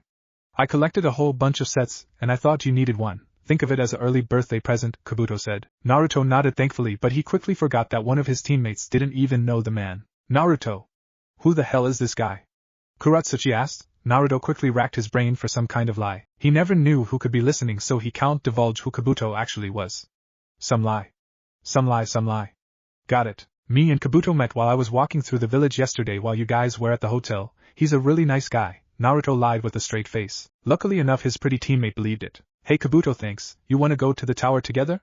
Naruto offered, but the bespectacled man politely declined. Said he had something else to do. They shared their goodbyes and Kabuto and his teammates left. Naruto and his teammates quickly ran at a furious pace toward the towers. Naruto was grateful that it had been this easy, but he doubted that it would be smooth sailing from now onwards. If anything, it was going to be harder. With the Konoha rookie team, a search was still ongoing for a scroll. The team both needed a earth scroll and they were not having any luck finding someone. Until the strangest thing happened. A gust with unnatural strength happened that blew Tenten and Sai away. It was now Aiko, Neji and Sasuke. After the gust had blown their teammates away, the remaining ones were on the ground, on their knees due to the great force. Across from them a female Kusa ninja. Sasuke, something is very wrong. This Kunoichi is strange. She's powerful, very powerful. Sasuke, I think we should run. This person's chakra levels are out of this world. Even higher than the Hokage's. The Hyugi with fear evident in his voice, the female ninja started speaking. Her voice so playful that it was actually scary. I think you should listen, Sasuke-kun. Run like the frightful little child you are. I have come here to kill, the female Kusanine said. And Sasuke was for the first time in a very long time scared for his life. Kukukuku, what's wrong, Sasuke-kun? The strange Kusanine said. Why did she ask that? Sasuke was on the ground shaking like it was cold despite the warm weather. You see, this Kusa Kunoichi had the strange ability of being able to install fear in her opponents by making them see their own death. Sasuke was suffering under the technique, as were Neji and Aiko. Sasuke kept seeing numerous knives enter his body, and eventually his corpse be devoured by a huge snake. Neji was seeing his deepest fear, someone activating the caged bird seal on him. That truly scared him. Aiko was seeing her own death, a rope choking her, and numerous men pleasuring themselves with her corpse. Aiko fell to her knees and vomited. This was a wake-up call to Sasuke. The young Uchiha bit his lip hard enough to draw blood, and it brought him back to reality. I see you broke through the killing intent, Sasuke-kun. You truly are a skilled ninja. But you're nothing compared to Itachi, the Kusanine said. Sasuke, upon hearing the name, felt memories enter his mind. He hadn't thought about Itachi in a long time. What do you know about Itachi? Where is he, that scumbag? I'll kill him after I kill you! Sasuke yelled and expected to sense fear from his opponent, but he only sensed a cold amusement. You think you can kill me, Sasuke-kun? Kukukukuku, try it, she challenged, and the Uchiha didn't waste a second. He jumped toward the kunoichi and engaged in a match of taijutsu. Sasuke, however, quickly realized he was still tired from his fight with the Kir ninja. He cursed them out in his mind. The Kusa was just blocking and redirecting his techniques. Sasuke knew he didn't have time to play around. He had to make this extremely quick. He threw 5 kunai, but all were dodged. However, the Kusanin quickly realized the plot. The Kwai had ninja wire attacked, which quickly wrapped around her. She still had a ridiculously amused look on her face. You think this is funny? Let me show you how we do it in Konoha, Sasuke said, and he crouched down into a sitting position, his complete Sharingan spinning like crazy. This technique would require the Sharingan. Niji and Aiko, who were back to normal because the Kusanin wasn't concentrating her killing intent on them anymore, were looking curiously. What's that technique, Niji? The girl who always talked a lot was noticeably subdued due to the situation, but that didn't stop her from asking questions. I heard Sasuke talk about this technique. He said he was still trying to learn it, which means he's gonna do this without even having perfected the technique, or he has, and this will turn the tide. That technique is a special one, Niji said. He was extremely exhausted from the other fight and he would let Sasuke handle this, but he would jump in if it was necessary. Sasuke himself was still crouching. His chakra was finally coming together. Lightning chakra in small ball. Sasuke pumped the fire chakra in it and watched it become black. This was his strongest technique, Chidori, with a little bit of fire in it to make it even stronger. However, the ninjutsu was only half of the plan. A genjutsu would have to perform as well. He looked into the Kusanin's eyes, and when contact was made and Sasuke felt the genjutsu take hold, he was ready. You're a pretty strong opponent, but I can't let you live. This technique is one that is meant to kill, Chidori, Sasuke yelled, and he was off with the small ball of lightning in his hand. The Kusanin smiled as she saw the Uchiha approaching. A genjutsu to confuse the senses so you won't be able to react in time to a technique. Very simple yet so ingeniously used. But alas, he had to end his little charade. Once Sasuke was actually in front of the Kusanin, a snake shot out of the woman's mouth, which was headed straight for Sasuke. More specifically, his eyes. Sasuke won't let a mere snake end it though. He actually went underneath the snake and with a furious jab, stabbed the kunoichi in her heart. With Tenten, Lee and Sai, all 3 young shinobis were being confronted by 3 giant snakes. However, Sai seemed to not even show fear. The boy boldly jumped high in the air and on one of the snake's head and placed the mega exploding tag on it. Only ANBU issued. He jumped away, a loud explosion. The snake was now without a head. His 2 brothers were utterly furious, and they both lunged at Sai. 2 kunais thrown by Tenten took away one eye of both snakes, and Sai was quick to use the mega exploding tag again, and both of the snakes lost their heads. Lee, who was now back to full health, hurried at their victory, but he knew it wasn't over yet. Hey guys, we need to get back to our teammates, and we must let out full-powered youth explode, he yelled, though Tenten didn't agree with his word choice because she wasn't going to let her youth explode, but she did know they had to get back to their teammates. Sai quickly started sprinting and the other 2 followed, with the rest of the Konoha team. Sasuke smirked victoriously as he saw the kunoichi fall over due to the jab. He pulled his hand out of her torso and watched her fall. She didn't fall completely because she was still wrapped in ninja wire. He took the time to embrace his victory. Niji frowned. Was it really this simple? Was the person who had more chakra than even the Hokage this easily stopped? Though Sasuke was strong, he wasn't strong enough to take out those kind of people. Niji activated his Byakugan, the veins around his eyes bulging. Sasuke, get out of the way, she's still alive! Niji yelled, and by the time he had said that, the kunoichi seemed to spit out something disgusting. She spit out herself, or rather himself. When the shinobi stood up, Sasuke recognized him instantly. Konoha's most notorious traitor, one of the legendary Sannin, Orochimaru. His golden eyes, which were slitted, were looking at Sasuke with a strange lust. Sasuke was just looking at him with fear. A kick was delivered to Sasuke's jaw, one that sent him a good 30 feet back. Orochimaru wasn't here to play games apparently. He did something strange. His neck extended beyond possible length, and he actually bit Sasuke. You heard it, he bit him. Sasuke was now screaming extremely loud. The bite hurt, it seemed. You will come and find me, Sasuke-kun, that I promise you. You will need power, and I am able to give you that and so much more, he said, and promptly disappeared within the shadows. Niji and Aiko took the time to run over to Sasuke's body. He was burning up, Niji noticed. His noticed that Sasuke's breathing was very shallow. What happened? Tenten asked as she looked over Niji's shoulder. Niji could hear her suck in her own breath. He's not dead, Tenten. He's unconscious with a very bad fever. We encountered an elite ninja, Orochimaru of the Sannin, in disguise. Sasuke fought him and lost. Orochimaru bit him and left. Sasuke now has a fever, Niji explained. Tenten gaped. They had actually fought Orochimaru? And what was this? First the Kiri team targeted Sasuke and now Orochimaru. What more could happen? Ha ha ha ha ha ha. Look at them crowding around their dead buddy. Hand over the scroll, Konoha scum. 3 ninjas from AIM said. Tenten cursed herself in her mind. She wasn't in the mood at all. Look, first of all, he's not dead. And second of all, you guys are, Niji said. 1 Shunshin, and he was standing in front of the tea leader. 8 trigrams vacuum palm. and the team leader was thrown back due to the excessive force of the attack. He was unlucky, however, as Tenten was immediately above him with a kunai. She stabbed the aimed team leader right in his throat. Killing wasn't something she liked, but she was absolutely done with the Chunin exams. Niji wanted to take out the other team member, but something happened. A saban was thrown at him and landed in front of him, quickly followed by some mummy-looking guy who hit Niji in the nose with a hard hook. "You're a Hyuga, I expect you to entertain me," Dosa said. Niji growled at that. "I'm not going to entertain you, I'm going to kill you," he said. With his chakra in his hands he rushed. However, Dosa merely raised his arm and Niji was seemingly off balance. A sharp sound was ringing through his ears. His balance off and nauseous as well, he fell to the ground. I guess I was wrong, you weren't entertaining in the least," Dosa said. However, he would whistle a different tune once a boot collided with his face, belonging to one Rock Lee. Lee knew that his opponent wasn't one to play around with. With a loud yell he opened 2 gates at once, and he felt invigorated. "Shadow of the dancing leave," he yelled, and before Dosa could collide with the ground, Lee was beneath him, floating in perfect harmony with Dosu. But for long. Front lotus. The bandages usually wrapped around Lee's hands started unfurling themselves, wrapping themselves around Dosu. Once Dosu was completely covered in the bandages, Lee started falling toward the ground, spinning while doing so. With a loud explosion they fell to the ground, Dosu unconscious. With Sai, he was fighting the young shinobi named Zaku, and needless to say, Sai was losing. He can't get close and he had been hit with one of those decapitating airwaves. Aiko jumped in the frame, but once Zaku saw her coming he threw a kunai. It hit her squarely in her throat. Aiko was dead. Around that time a dark chakra was rising. What if Naruto Jinton bloodline Sasuke bashing? And thanks for watching my video till the end. If you enjoy this content, then do consider subscribing to my channel. And leave a like if you guys need the next part. Comment down, and thanks for watching the video, and see you guys in the next video.